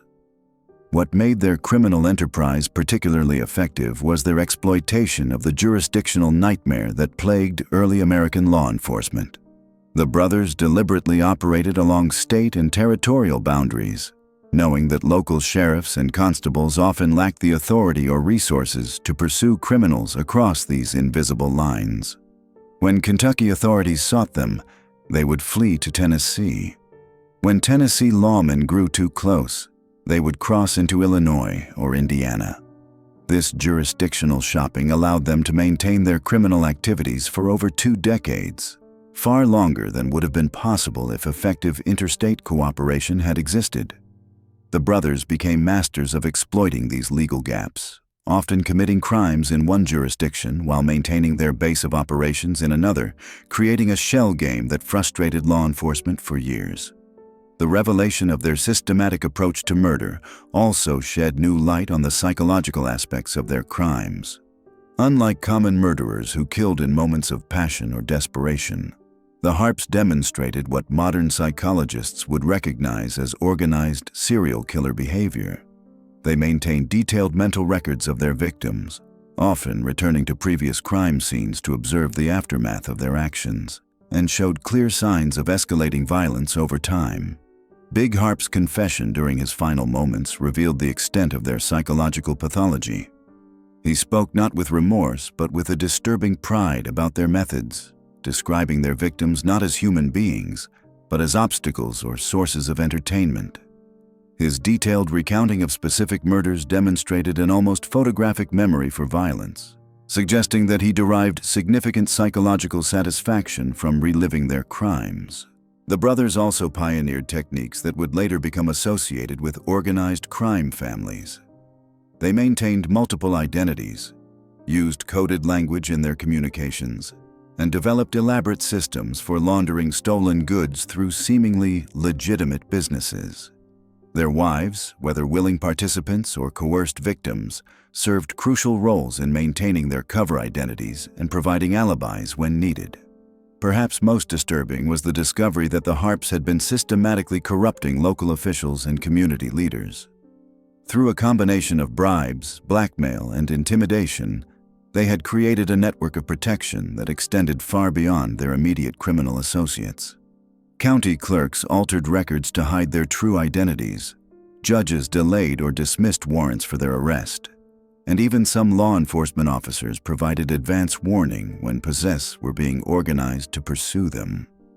The scope of this corruption became clear only after Big Harpe's death, when several officials came forward to confess their involvement, hoping to avoid prosecution.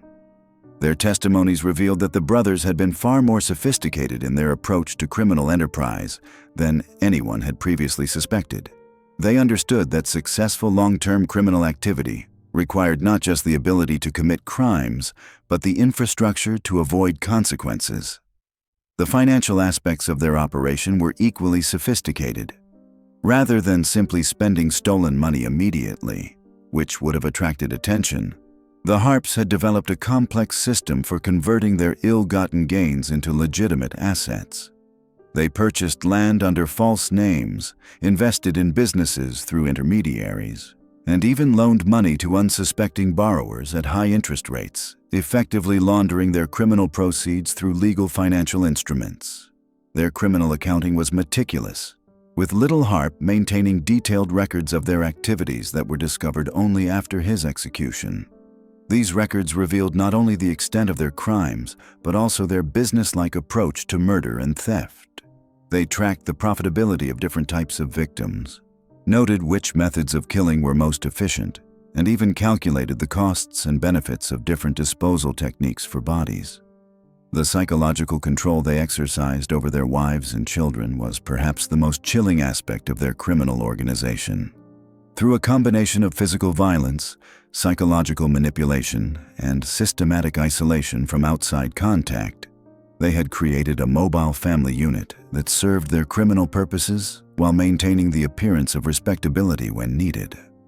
Susan Wood, Maria Davidson, and Sarah Rice had been transformed from kidnapping victims into unwilling accomplices, forced to participate in activities ranging from scouting potential victims to disposing of evidence. Their testimonies after the brothers' deaths revealed the sophisticated psychological techniques the Harpes had used to break down their resistance and ensure their compliance. The children born to these forced relationships presented particularly complex challenges for authorities.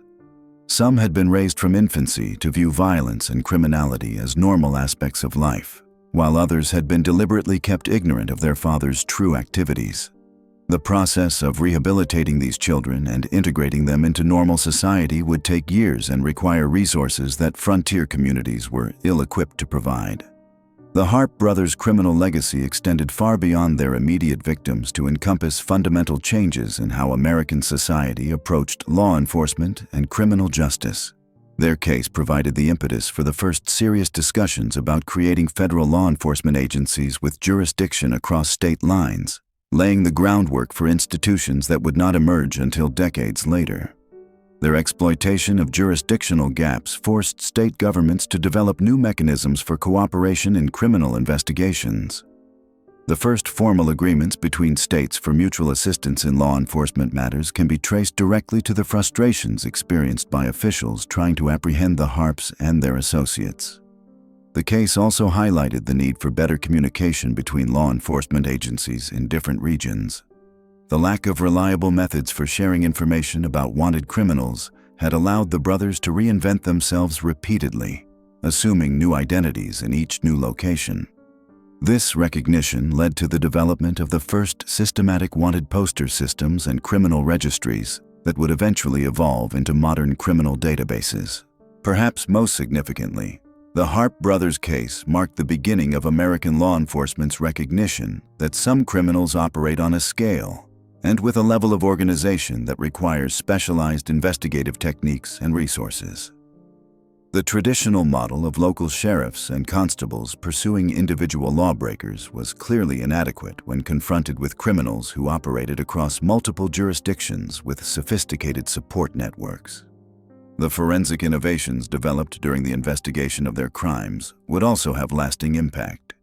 The systematic documentation of crime scenes, the careful preservation of evidence, and the development of techniques for identifying victims from skeletal remains all emerged from the practical necessities of investigating the Harpes' activities.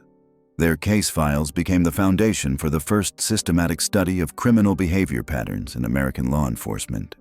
Investigators began to recognize that certain types of crimes followed predictable patterns, and that understanding these patterns could help prevent future offenses and identify potential suspects more quickly. The Harpe brothers had unwittingly demonstrated both the possibilities and the limitations of criminal enterprise in early America. While their exploitation of systemic weaknesses had allowed them to evade capture for decades, their ultimate downfall proved that even the most sophisticated criminal organization could not indefinitely withstand the combined efforts of determined law enforcement and outraged communities. Their legacy would serve as both a cautionary tale about the depths of human depravity and a catalyst for the development of more effective methods of maintaining law and order in a rapidly expanding nation. The Harpe brothers' reign of terror may have ended with their violent deaths, but the shadow they cast over the American frontier extended far beyond their final breaths. What emerged in the aftermath of their capture and execution was perhaps even more disturbing than their original crimes. Evidence of a network so extensive and deeply rooted that it would challenge everything authorities thought they knew about organized violence in early America. In the months following Big Harpe's brutal death and Little Harpe's continued flight, investigators began uncovering connections that painted a far more complex picture than two savage brothers operating alone. Samuel Mason, the river pirate who had eventually expelled the Harpes from his own criminal enterprise, provided testimony before his death that would reshape understanding of frontier crime. According to Mason's deathbed confession to a Methodist minister in 1803, the Harpe brothers had been part of what he called the Great Conspiracy, a loose confederation of Tory sympathizers, displaced Cherokee warriors, and criminal elements that had been operating since the end of the Revolutionary War. This network, Mason claimed, extended from the Carolinas through Tennessee and Kentucky, reaching as far north as the Ohio River and as far west as the Mississippi Territory. The Harpes hadn't simply been random killers driven by bloodlust, but rather key operatives in a systematic campaign of terror designed to destabilize the frontier settlements and potentially pave the way for British reconquest of the territory. Their victims hadn't been chosen at random, but were often selected for their roles in colonial administration, their success as settlers, or their vocal support for American independence. The revelation that the Harpe brothers' violence may have served a larger political purpose sent shockwaves through the territorial governments. Governor James Garrard of Kentucky, who had posted the original bounty on their heads, quietly ordered a comprehensive investigation into Mason's claims. What this investigation uncovered would remain classified in territorial archives for decades, but fragments of evidence suggest a conspiracy that reached into some of the most respected institutions of frontier society. Documents discovered in a hidden cache near Cave-in Rock, Mason's former stronghold, detailed a sophisticated intelligence network that had been monitoring government officials, military movements, and economic activities throughout the frontier region. The Harpes, according to these records, had served as what we might now call enforcers, eliminating targets identified by other members of the conspiracy. Their seemingly random acts of violence had actually been carefully planned operations designed to create maximum psychological impact on frontier communities. Even more disturbing was evidence suggesting that some of their attacks on families and isolated settlements had been guided by intelligence provided by individuals within those very communities. The brutal murder of the Stegall family, which had ultimately led to Big Harpe's downfall, appeared to have been facilitated by someone who knew the family's routines and vulnerabilities intimately. Mrs. Stegall's decision to offer the Harpes shelter hadn't been the random act of frontier hospitality it appeared to be, but rather the result of a carefully orchestrated setup. The investigation revealed that several prominent citizens who had publicly mourned the Harpes' victims had actually been providing information to the criminal network. These included a Presbyterian minister who had used his position to identify wealthy families for robbery, a territorial judge who had been passing information about law enforcement activities, and even a military officer who had been coordinating with Cherokee raiders to avoid government patrols. Perhaps most shocking was the discovery that the network had been using a system of coded communications hidden within seemingly innocent correspondence and business transactions. Letters between merchants, land speculators, and even government officials contained embedded messages coordinating criminal activities across hundreds of miles. The Harpes, despite their reputation for mindless savagery, had been literate enough to participate in this communication system, with several coded messages in Big Harpe's handwriting found among the Cave-in Rock documents. The scope of this conspiracy began to explain some of the more puzzling aspects of the Harpes' criminal career. Their ability to evade capture for so long, despite the increasingly intense manhunts, had been aided by a network of safe houses and informants stretching across multiple territories. Their knowledge of victims' routines and vulnerabilities had come from systematic intelligence gathering rather than mere observation.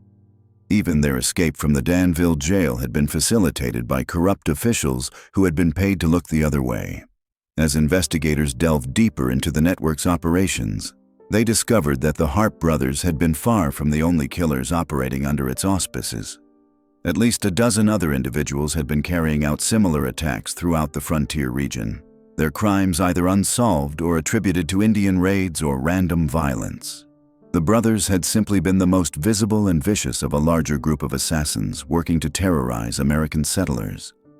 The revelation of this broader conspiracy forced territorial authorities to reconsider dozens of unsolved murders and mysterious disappearances from the previous decade. Families that had been assumed killed by Indian raiders were now suspected to have been victims of the criminal network. Travelers who had vanished along frontier roads had likely fallen prey to operatives working in coordination with the Harpes. Even some attacks that had been attributed to wild animals or accidents showed signs of deliberate violence when re-examined with this new perspective. The psychological impact of these revelations on frontier communities was profound. The knowledge that their neighbors, ministers, and even government officials might have been complicit in the terror campaign created a climate of suspicion and paranoia that would persist for years. Trust, already fragile in frontier society, became even more precious and rare.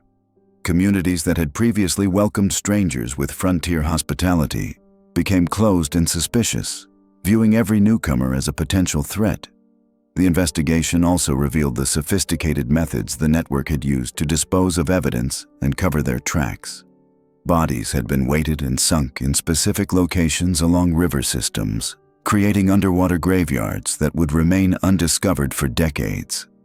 Personal effects had been systematically distributed among network members to prevent identification of victims. Even the Harpes' practice of disemboweling their victims and filling the cavities with stones, which had seemed like mere savagery, was actually a calculated method to ensure bodies would sink and remain hidden. The network's financial operations proved equally sophisticated. Stolen goods had been fenced through a system of legitimate businesses that served as fronts for criminal activity. Money from robberies had been laundered through land speculation schemes and trading ventures. The Harpes themselves had accumulated significant wealth through their criminal activities, much of which was never recovered, and may have been used to fund continued operations by surviving network members. As the investigation progressed, it became clear that the network's activities had not ended with the Harpes' deaths. Several mysterious murders in the years following their execution bore hallmarks of the conspiracy's methods. Government officials involved in the investigation received anonymous threats.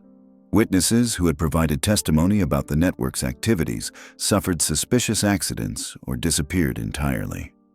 The most chilling discovery came in 1805, when authorities raided a remote cabin in the Tennessee wilderness based on information provided by a dying network member. Inside, they found detailed plans for a coordinated series of attacks designed to coincide with potential British invasion attempts during what would become the War of 1812. The Harpe brothers' reign of terror had been intended as merely the opening phase of a campaign to destabilize American control of the frontier and facilitate foreign reconquest. These plans included detailed maps of strategic locations, lists of government officials to be eliminated, and even provisions for coordinating with British agents operating out of Canada.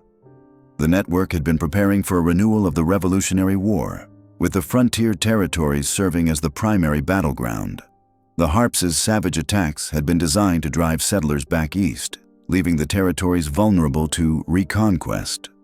The revelation that their crimes had served this larger strategic purpose transformed public perception of the Harpe brothers from savage criminals to enemy agents. Their brutality was no longer seen as mindless violence, but as calculated psychological warfare designed to undermine American expansion and consolidation of frontier territories. This reframing of their crimes made them even more terrifying in the public imagination, as it suggested that their violence had been purposeful and systematic, rather than random and chaotic. The investigation's findings were largely suppressed by territorial and federal authorities, who feared that public knowledge of the conspiracy's extent would create panic and undermine confidence in government institutions. Only selected officials were briefed on the full scope of the network, and many documents remained classified for decades. This secrecy, while intended to maintain public order, also allowed surviving network members to escape justice and potentially continue their activities. The legacy of this broader conspiracy would influence American frontier policy for generations. Increased surveillance of travelers and settlers, more stringent background checks for government positions, and enhanced coordination between territorial authorities all stemmed from lessons learned during the investigation of the Harpe network. The frontier would never again be quite as open and trusting as it had been before the revelation of organized criminal conspiracy operating within seemingly respectable society. Even today, historians continue to uncover evidence of the network's activities and influence. Recently discovered correspondence suggests that some of America's early political divisions and conflicts may have been exacerbated by surviving network members who continued to sow discord and violence long after the Harpes themselves were dead.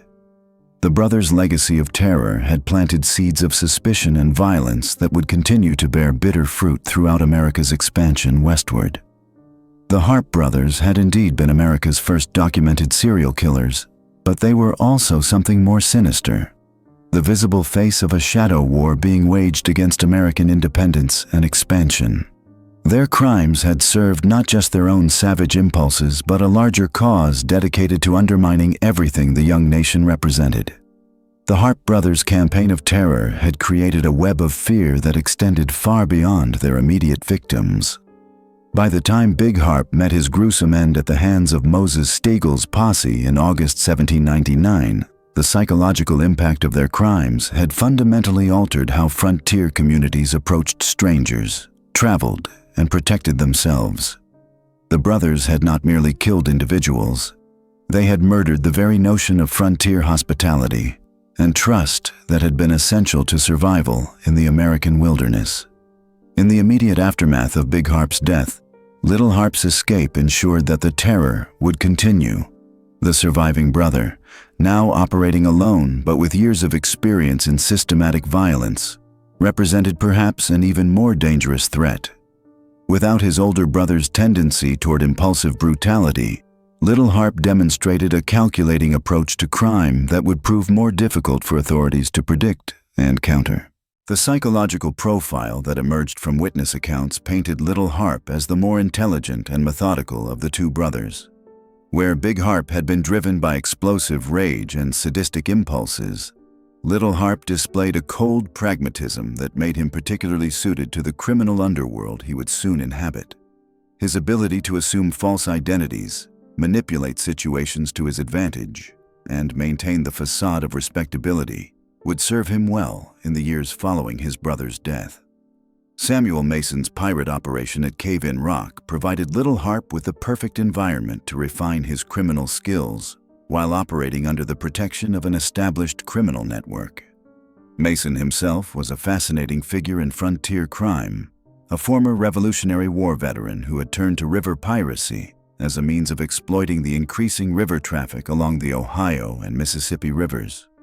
His operation was sophisticated by frontier standards, involving intelligence networks that tracked valuable cargo, strategic positioning to maximize successful attacks, and connections with corrupt officials who provided protection in exchange for shares of the profits.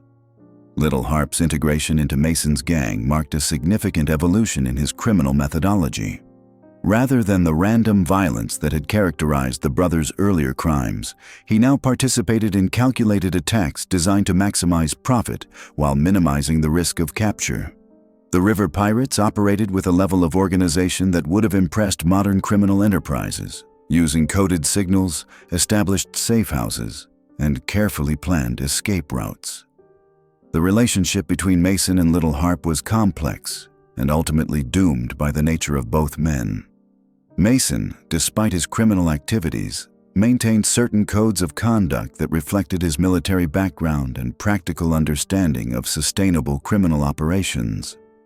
Unnecessary violence drew unwanted attention from authorities and could disrupt the delicate balance of corruption and intimidation that allowed river piracy to flourish.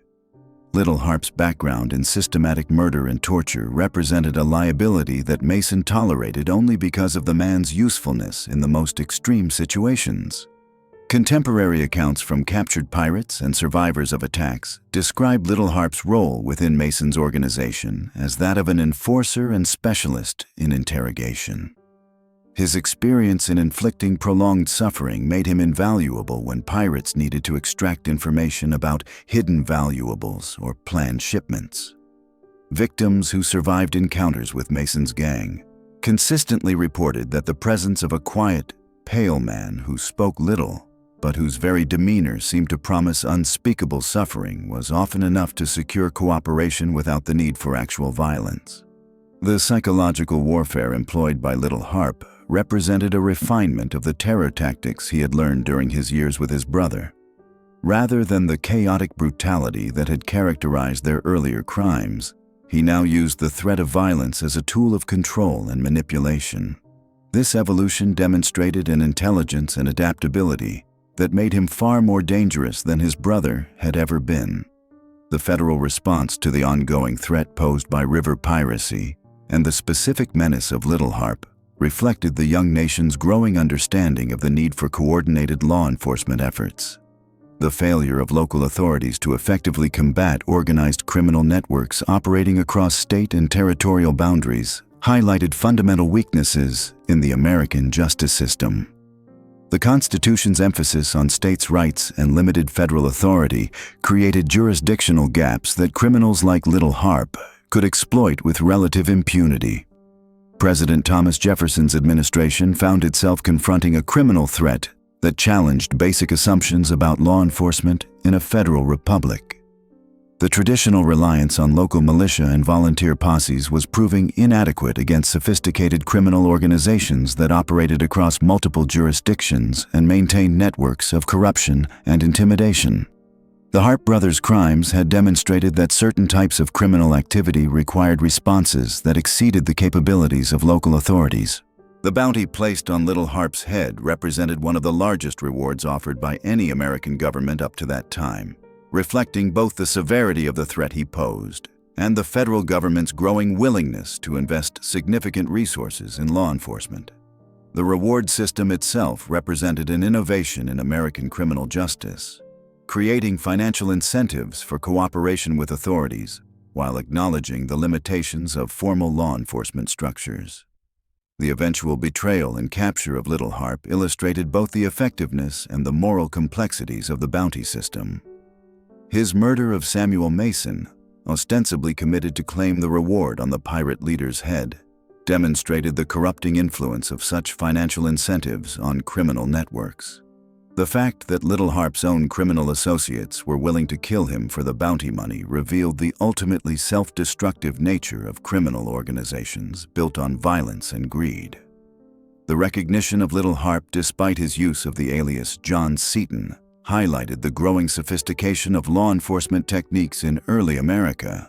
The development of networks for sharing information about wanted criminals, the use of detailed physical descriptions, and the coordination between different jurisdictions all represented significant advances in criminal investigation and apprehension. These innovations, driven by necessity in cases like the Harpe brothers, would form the foundation for more sophisticated law enforcement systems in the decades to come. The trial and execution of Little Harpe in 1804 marked the end of one of the most notorious criminal careers in early American history. His calm demeanor throughout the legal proceedings, combined with his apparent lack of remorse for his crimes, provided observers with a chilling glimpse into the mind of a serial killer. Unlike his brother, who had displayed explosive violence and eventual remorse, Little Harpe maintained an almost clinical detachment from his actions that disturbed even hardened frontier observers. The decision to display Little Harpe's severed head along the Natchez Trace served multiple purposes beyond simple deterrence. It provided tangible proof that the notorious criminal had finally been brought to justice, offered a sense of closure to the families of his victims, and demonstrated the government's commitment to protecting its citizens from criminal predators. The practice, though barbaric by modern standards, reflected the harsh realities of frontier justice and the limited options available to authorities seeking to maintain order in sparsely populated territories. The fate of the women who had been associated with the Harpe brothers raises disturbing questions about the nature of their relationships with the criminals and the long-term effects of their traumatic experiences. Contemporary accounts provide limited insight into whether these women were willing participants in the brothers' crimes or victims of prolonged abuse and coercion. The fact that all of them successfully reintegrated into society after the brothers' deaths suggests either remarkable resilience or the effectiveness of the new identities they adopted. The children of the Harpe brothers present perhaps the most tragic aspect of the entire story. Born into a world of violence and raised in an environment where murder was commonplace, these young people face the challenge of overcoming not only the stigma of their parentage, but also the psychological trauma of their early experiences. The fact that most of them appear to have lived normal, law-abiding lives speaks to the human capacity for redemption and the importance of removing children from criminal environments. The broader impact of the Harpe brothers on American society extended far beyond their immediate victims and continued long after their deaths. Their crimes had revealed fundamental vulnerabilities in frontier society and challenged basic assumptions about human nature and the effectiveness of traditional social controls. The systematic nature of their violence, combined with their ability to exploit the hospitality and trust of frontier communities, forced Americans to confront uncomfortable truths about the potential for evil that could exist beneath respectable facades. The influence of the Harpe brothers on American law enforcement cannot be overstated. Their crimes demonstrated the need for better coordination between jurisdictions, more sophisticated investigative techniques, and federal involvement in cases that crossed state boundaries.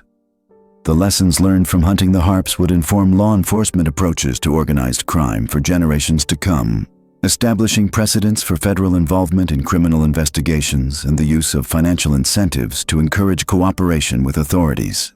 Perhaps most significantly, the Harpe brothers established a template for American serial killing that would be followed by countless criminals in the centuries to follow. Their combination of mobility, psychological manipulation, and systematic violence created a model that would be replicated by criminals throughout American history.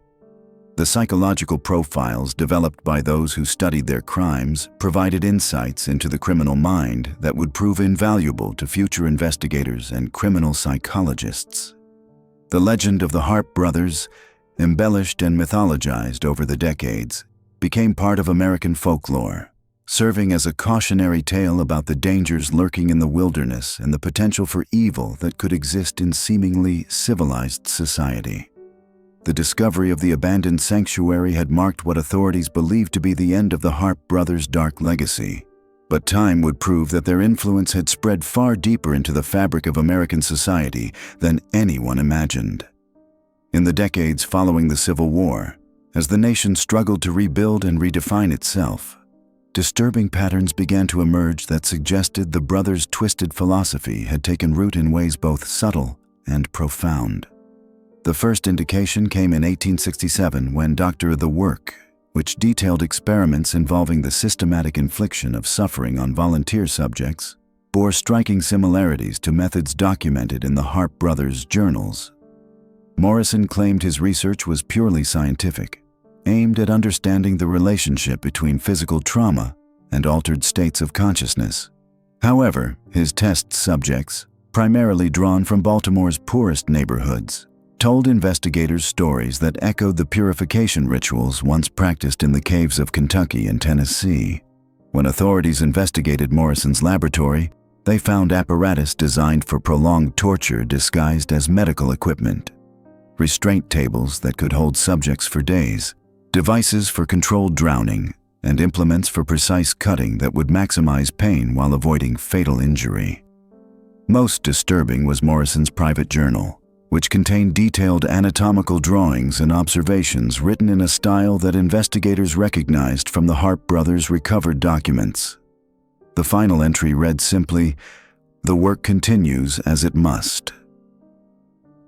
Morrison disappeared before he could be arrested, but his research had already influenced a network of physicians and academics who believed that conventional medicine was too limited in its understanding of human consciousness. They formed what they called the Society for Transcendent Medical Research, operating in secret across multiple states. Members included respected professors at Harvard, Yale, and the University of Pennsylvania, all united by the belief that extraordinary knowledge required extraordinary methods. The Society's activities came to light in 1872 when a fire at a private clinic in Philadelphia revealed a hidden basement containing evidence of systematic human experimentation. The victims, like those who had suffered under the Harpe brothers decades earlier, were primarily society's most vulnerable members: immigrants who spoke little English, orphans from overcrowded institutions, and patients from mental asylums who would not be missed. The clinic's records showed that over 200 people had been subjected to what the society termed elevation procedures between 1868 and 1872. Federal investigators, led by Marshal Thomas Crawford, began to trace connections between the society and other suspicious medical facilities across the country. What they uncovered was a network that extended from New England to California, united by shared research protocols and a common philosophical framework that bore unmistakable similarities to the Harpe brothers' doctrine of purification through suffering. The network had grown sophisticated, using legitimate medical institutions as cover for activities that would have been immediately recognizable to anyone who had witnessed the horrors in Cave-in Rock. The investigation revealed that the society had been particularly interested in children, believing that young subjects provided the purest data about human responses to extreme trauma. A facility in rural Massachusetts had specialized in what its directors called developmental transcendence studies, subjecting children between the ages of 6 and 14 to prolonged torture while carefully documenting their psychological and physical responses. The children were told they were being prepared for a higher form of existence, language that echoed the Harpe brothers' manipulation of their own victims. Dr. Elizabeth Whitman, who would later become one of the first female federal investigators, infiltrated the Massachusetts facility by posing as a nurse.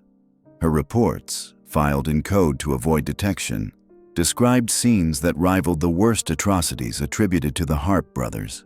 Children strapped to tables for days at a time, subjected to controlled drowning, burning, and cutting while researchers took detailed notes. The facility's director, a man calling himself Dr. Caleb Ashford, bore a striking physical resemblance to descriptions of little Harpe, leading some investigators to wonder if the brothers' influence was more direct than anyone had imagined. The most chilling discovery came when investigators found that the society had been selling their research to government agencies interested in interrogation techniques and psychological warfare.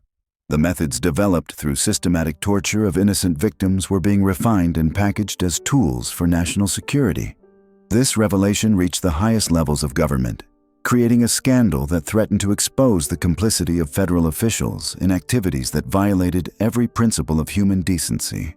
As the investigation deepened, Crawford began to notice patterns that suggested the society's activities were part of something even larger. Financial records showed funding from sources that could be traced back through shell companies and false names to accounts that had been active since the 1850s.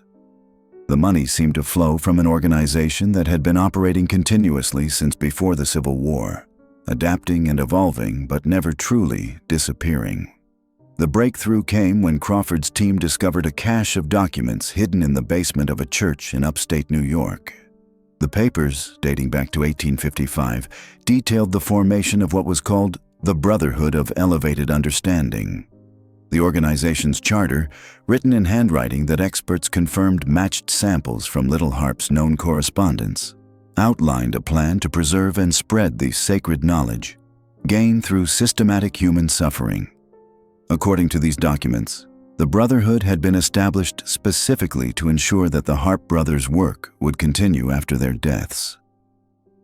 The Brotherhood operated through cells that were largely independent of each other, making it nearly impossible for authorities to map the full extent of their activities. The documents revealed that the Brotherhood had been behind numerous atrocities over the decades, always careful to operate under the cover of legitimate institutions. They had infiltrated medical schools, establishing research programs that used human subjects without consent.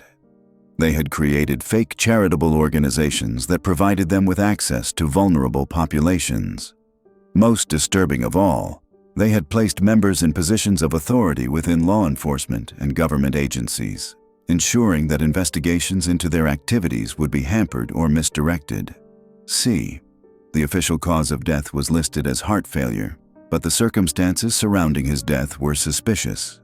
His body was found positioned in the same ritual posture that had been used by the Harpe brothers for their victims, and his personal papers had been ransacked.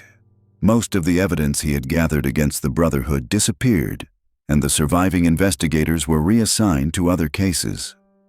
The termination of Crawford's investigation marked the beginning of what historians would later call the Great Silence. For nearly 3 decades, from 1874 to 1903, official records contain virtually no mention of activities connected to the Harpe brothers or their followers. This silence was not the result of inactivity, but rather of a systematic campaign to suppress information about the Brotherhood's continued operations. During this period, the Brotherhood evolved and expanded, taking advantage of the rapid industrialization and urbanization of America to access larger populations of potential victims. They established facilities in major cities, often disguised as hospitals, orphanages, or research institutions. The victims were processed through these facilities with industrial efficiency, their suffering carefully documented and analyzed before they were disposed of in ways that would not attract attention. The Brotherhood also began to influence American culture in more subtle ways. They funded the publication of books and articles that promoted their philosophy of transcendence through suffering, carefully disguised as legitimate philosophical or religious discourse. They supported the careers of artists and writers who incorporated themes of necessary violence and redemptive pain into their work. Over time, ideas that had once been confined to the Harpe brothers and their immediate followers began to permeate broader American society. The silence was finally broken in 1903 when a janitor at a facility in Chicago discovered a hidden room containing evidence of systematic torture and murder. The facility, which operated under the name Institute for Advanced Psychological Research, had been processing victims for over 20 years. When authorities investigated, they found records indicating that more than 3,000 people had been subjected to elevation procedures at this single location. The Chicago discovery led to a renewed federal investigation, but by then the Brotherhood had become so sophisticated and well-connected that bringing them to justice proved nearly impossible. Key witnesses disappeared or died under suspicious circumstances. Evidence was lost or destroyed by officials who claimed to be investigating the crimes. The few prosecutions that did occur resulted in light sentences for individuals who were clearly minor players in a much larger organization. As the 19th century drew to a close, it became clear that the Harpe brothers' legacy was not confined to the historical record. Their philosophy of transcendence through systematic cruelty had evolved into something far more dangerous than the crude violence they had practiced on the frontier.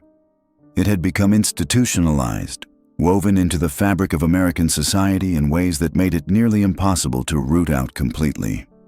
The true scope of the Brotherhood's influence would not be fully understood until well into the 20th century, when researchers began to trace connections between various atrocities and discovered that many could be linked back to the network established in the wake of the Harpe brothers' deaths.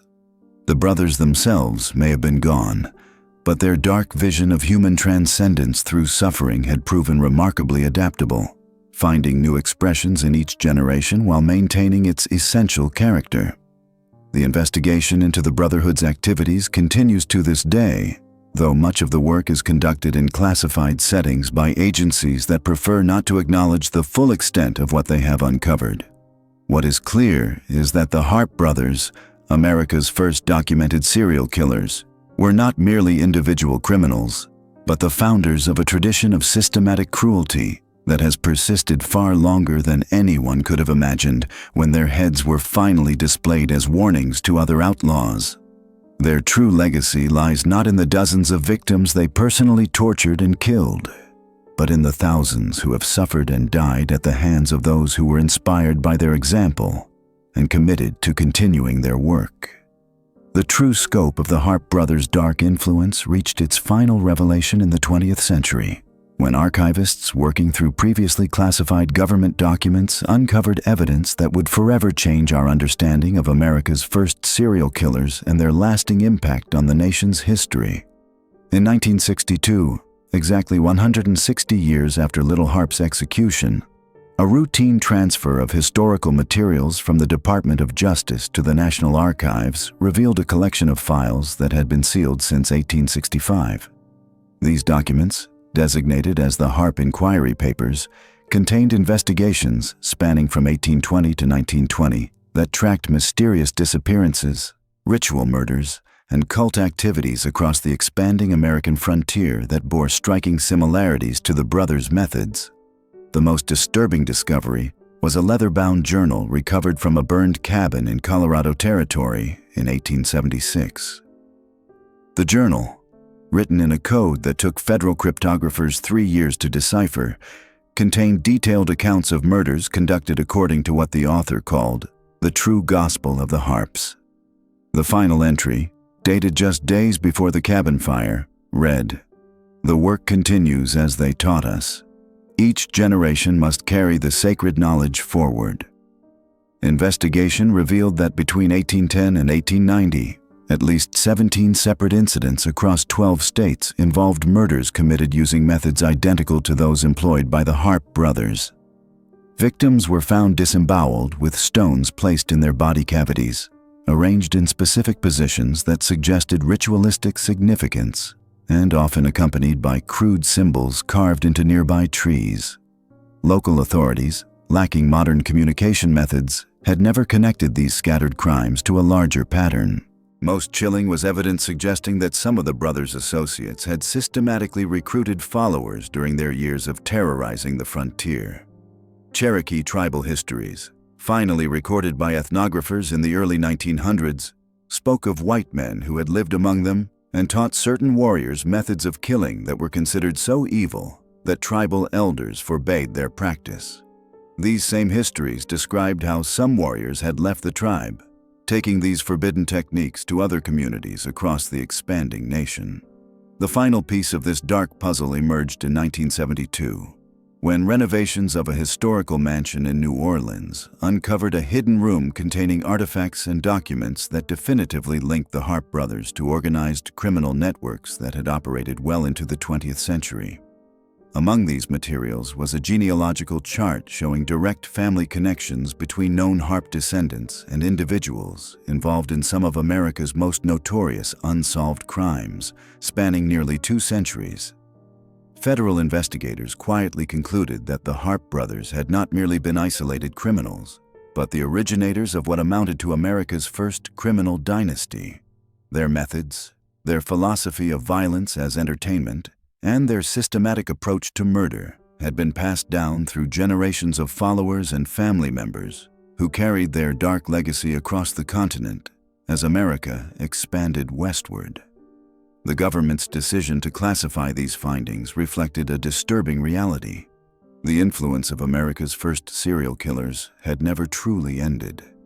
It had simply evolved, adapted, and spread through the hidden networks of those who found inspiration in their systematic cruelty. The Harpe brothers had not just killed their victims, they had infected American society with a poison that continued to spread long after their deaths, creating a shadow history of violence that paralleled the nation's growth and development. Today, the sealed files remain largely classified, their contents too disturbing for public consumption.